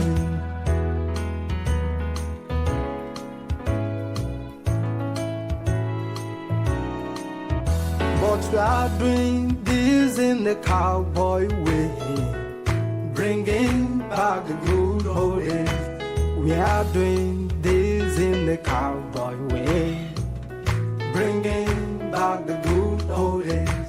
With country in our country, Lord, good old days will come back again. With country in our country, Lord, good old days will come back again.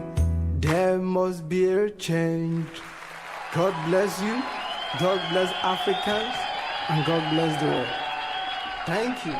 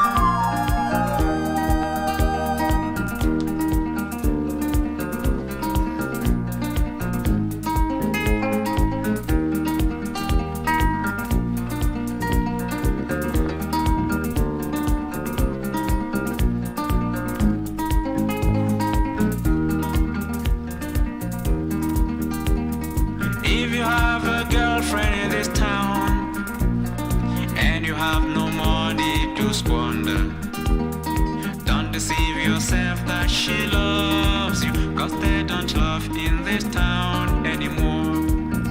They don't love in this town anymore.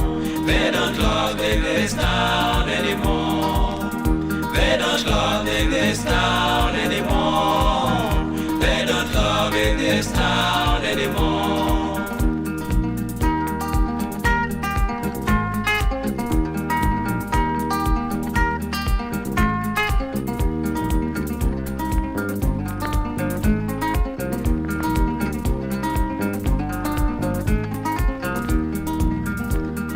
Whether you are a businessman, politician, or a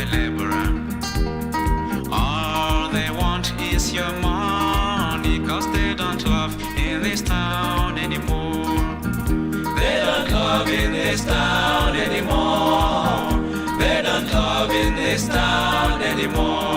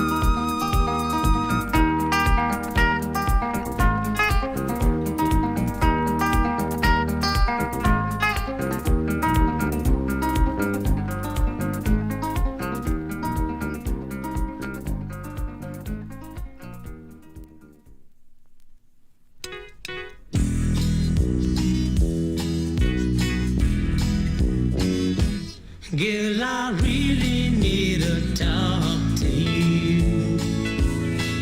I need to tell you that I love you. Just can't hold back my feelings any longer. I think I better let you know. Girl, the love I hold for you keeps on growing night on day. Don't you let this love fade away. Just let love come flowing in.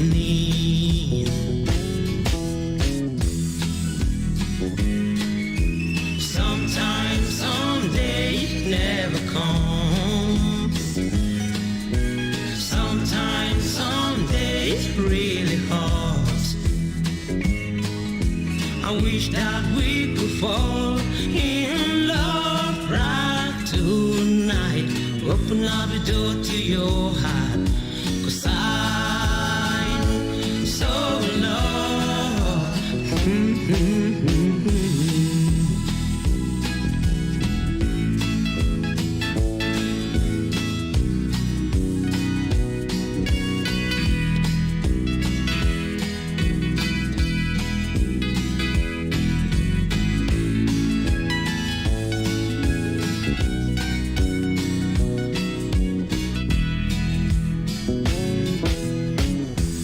Can't you see the love in my eyes? I wish you feel it with me. Don't you feel my heart falling with desire? And most of all, I love you.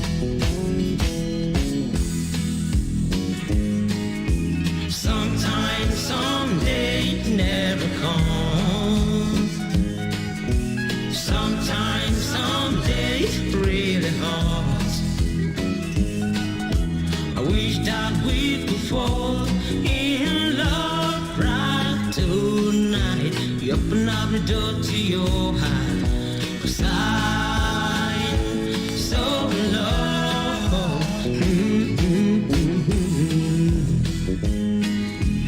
Sometimes, someday never comes. Sometimes, someday really hard. Sometimes, someday never comes. Sometimes, someday really hard. Sometimes, someday never comes. Sometimes, someday really hard. Another day, another time, Another chance to do the things I couldn't do. Another day, another time, another chance to be everything I wanna be. 24 hours, 60 minutes, 60 seconds on for me. 24 hours, 60 minutes, 60 seconds on for me. Another day, another day, another time, another chance to work his work while it is day. Another day, another time,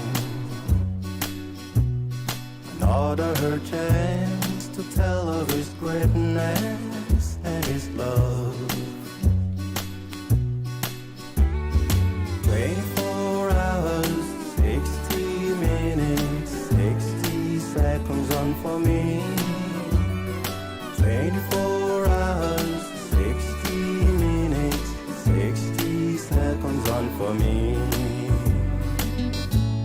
Another day.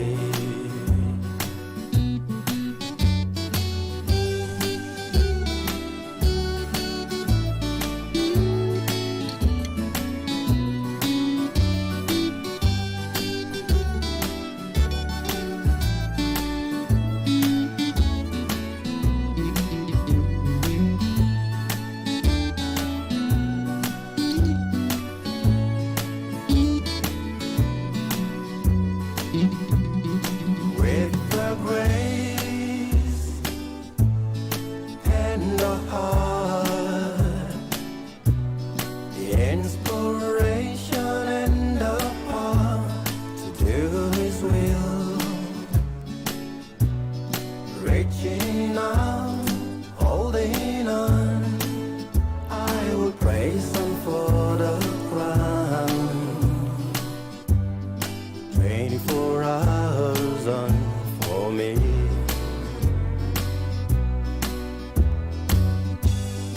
24 hours on for me. 24 hours, 60 minutes, 60 seconds on for me. 24 hours, 60 minutes, 60 seconds on for me. 24 hours, 60 minutes, 60 seconds on for me. Another day.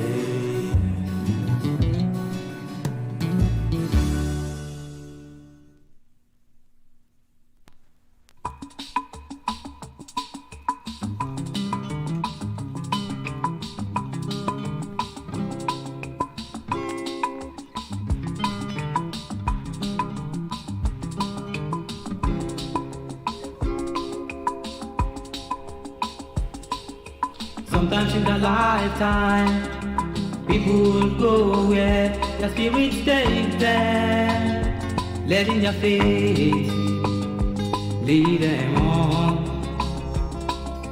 Walking in the sun and rain, you're feeding from your master's dustbin. You learn to be facts of life. Sometimes the clouds are sad. You start thinking about the people you left back home and wondering what they might be doing. Sometimes the clouds are sad. You start thinking about the people you left back home, wondering what they might be doing. Killing and the whipping of human beings, the commonest thing that you'll ever see in the time that we were in the slavery war. Killing and the whipping of human beings, the commonest thing that you'll ever see in the time that we were in the slave war. Na na na na na na na na na na na.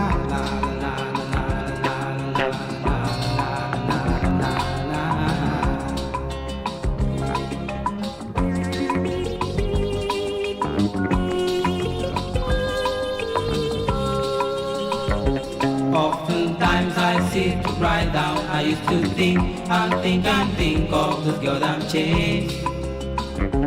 Then I'll hope and I will pray that the day will come when we will see thy rising sun. They will walk from sun up to sundown without little or no food to keep them alive. Then I'll hope and I will pray that the day will come when we will see thy rising sun. We shall never get justified by the laws of men. We will never get a better place to stay. They keep on roaming and roaming and roaming and roaming around with a little or no food to keep them alive. Killing and the whipping of human beings, the commonest thing that you'll ever see in the time that we were in the slave war. Killing and the whipping of human beings, the commonest thing that you'll ever see in the time that we were in the slave war. La la la la la la la la la la la la la la.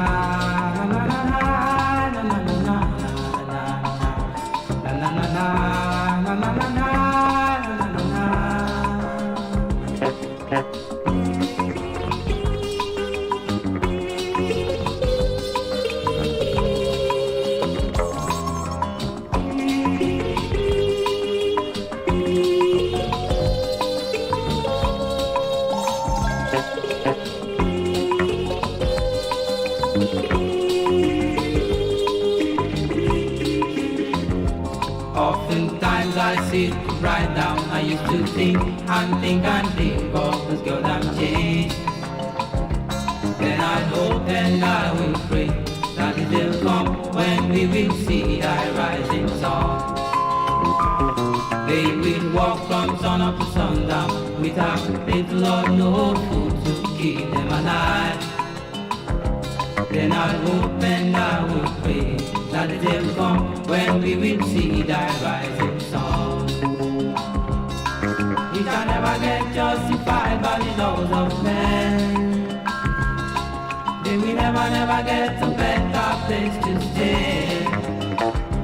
They keep on moving and moving and moving and moving around with a little or no food to keep them alive. Killing and the whipping of human beings, the commonest thing that you'll ever see in the time that we were in the slave war. Killing and the whipping of human beings, the commonest thing that you'll ever see in the time that we were in the slave war. La la la la la la la la la la.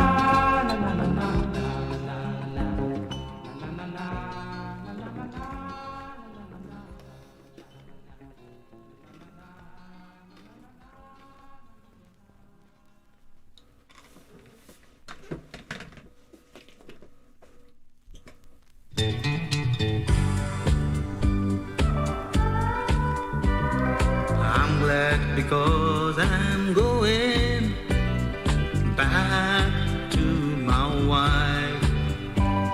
She and the children are waiting there, far, far away. She's so nice. She is my wife. I love my woman anytime, though she may be now far away. Listen, my friend, don't stop me, 'cause I'm on my way back to my woman.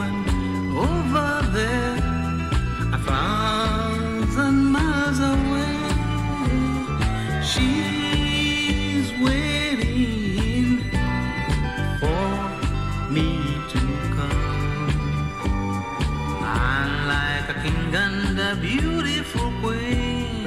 We will live and love evermore. Yeah, she's my kind of woman. That's why I asked her to marry me. She's got my head turning round, round, round. How can I ever lose her love? Oh, I'm glad because I'm going back to my wife. She and the children are waiting there, far, far away. She's so nice. She is my wife. I love my woman anytime, though she may be now far away. I said I love my woman anytime, though she may be now far away.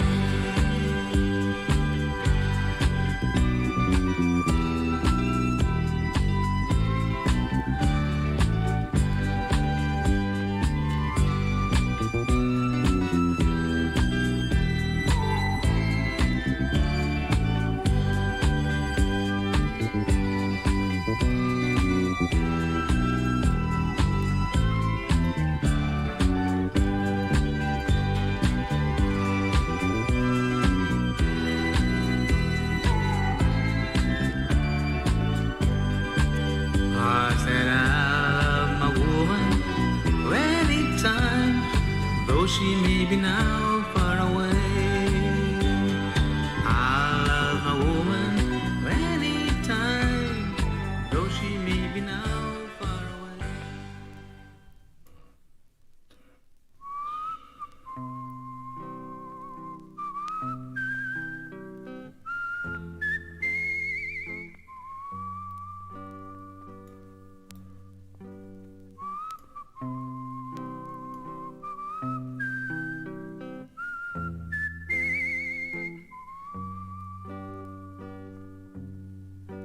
Come now, your fellow, so brave and so far,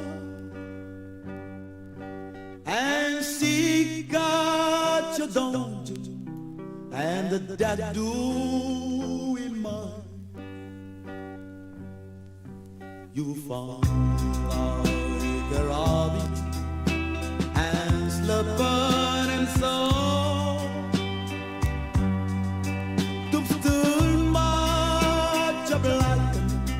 He's a black and cool.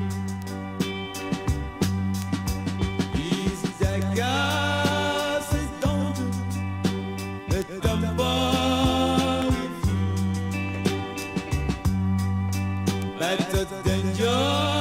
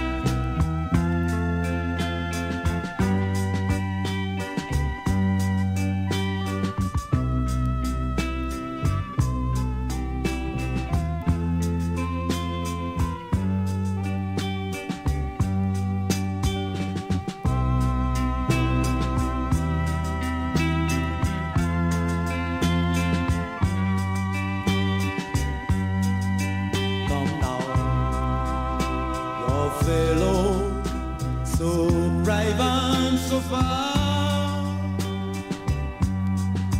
and seek out your dungeon and the doom. You will fall like a rabbit and slip out and soul.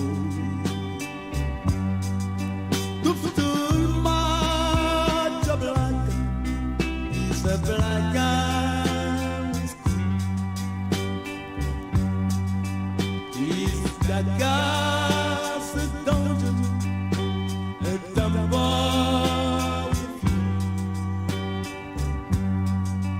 but the danger is a double, the pleasure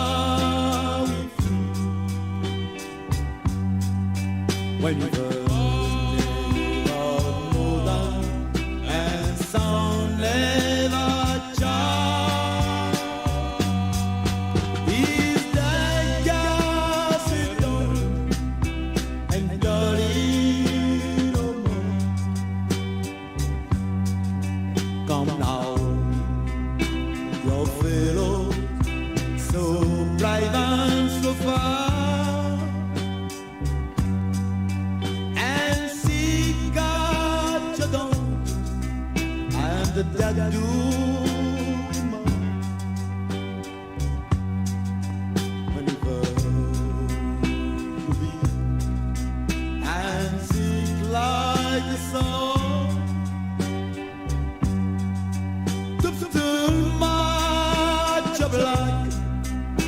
the black eyes,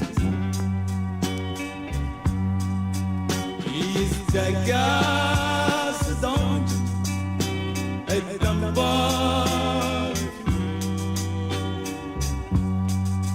better than joy is a double, a pleasure when you first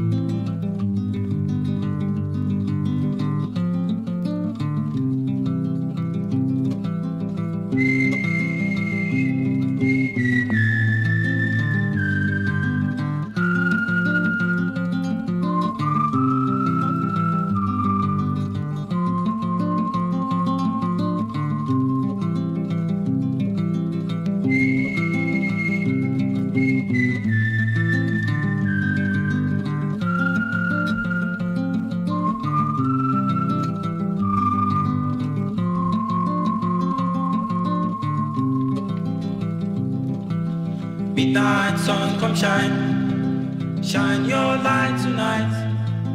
Make things bright so I can find my way to sincerity. Midnight sun, only you have the power to shine through my path to make things right and invite me to a better light. Shine on through the night to help me find my way. Keep on doing it, my friend, for at least I'll make it through in life. Oh, oh, oh, oh. Oh, oh, oh, oh. Oh, oh, oh, oh. Oh, oh, oh.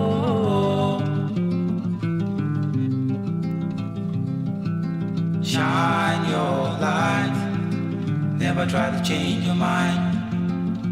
Lord knows just how I feel about you, my friend. So come on, shine your light. Never try to change your mind. Lord knows just how I feel about you, my friend. Shine your light. Never try to change your mind. Lord knows just how I feel about you, my friend. Shine your light. Never try to change your mind. Lord knows just how I feel about you. Oh yeah.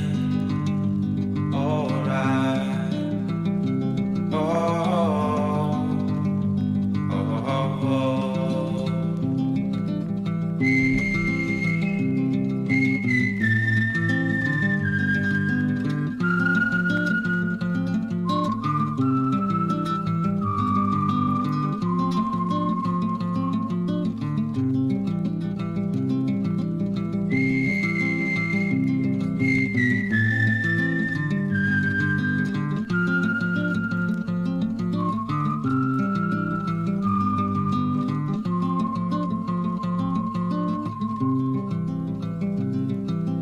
There are so many things that I want to do.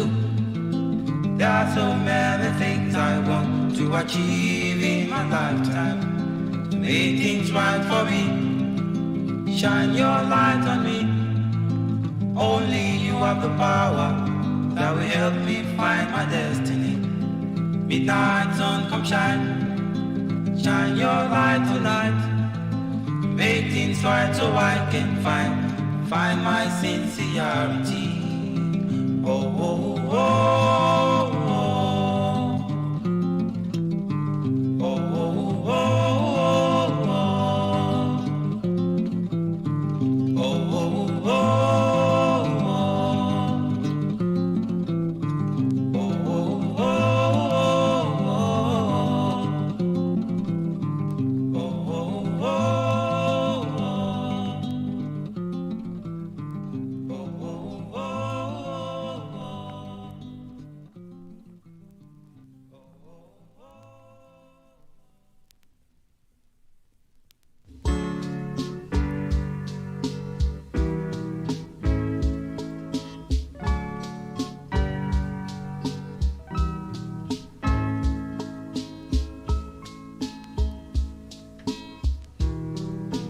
Nothing seems to be right no more.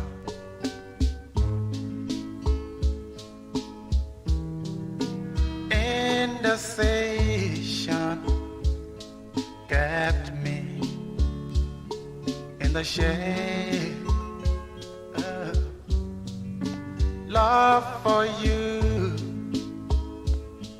is born.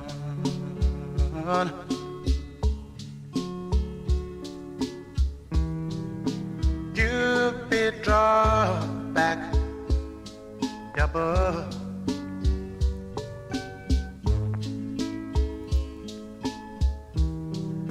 Send this arrow to my lover's heart. Cheerful tenderness, manifesto of your love. You have set me on fire. You got me thinking you should be mine.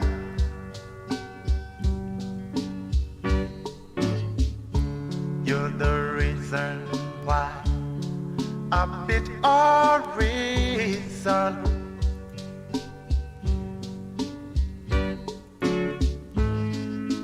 It's been on my mind, I should be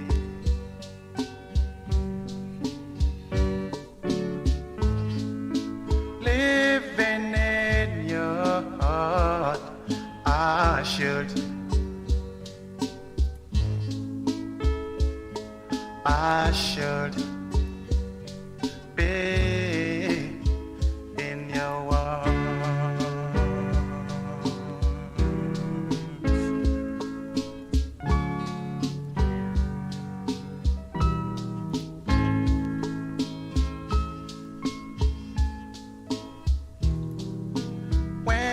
that face, gloves with a smile. Your love is spread like jam. Your bitch you say to what it could do. Reach out and touch me tonight.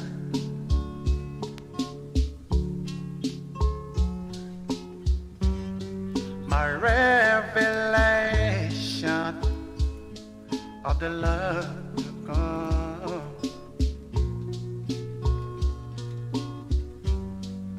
Stand and listen to the birds and their songs. See the flowers of the smile in the sun.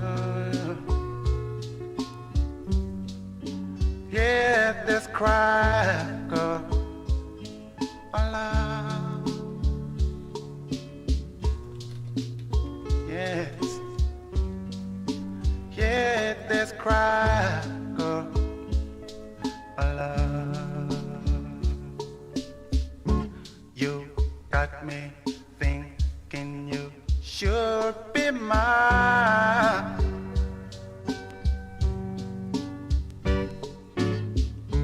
You're the reason why I bit all reason.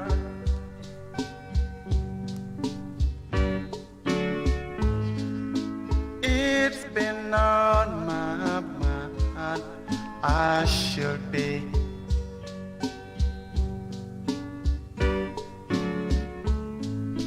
living in your heart. I should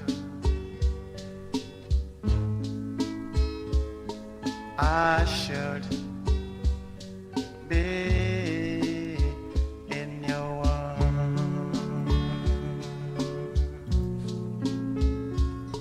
I should be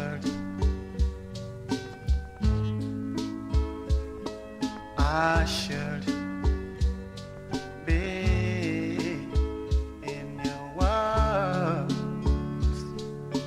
I should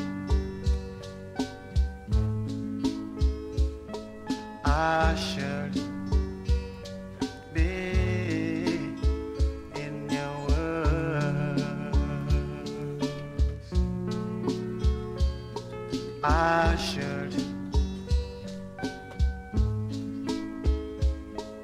I should be in your words.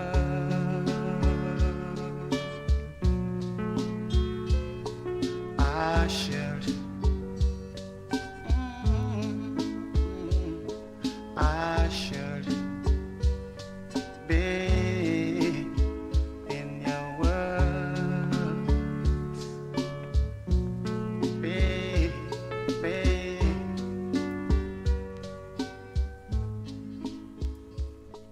I should be. That's it. See you tomorrow.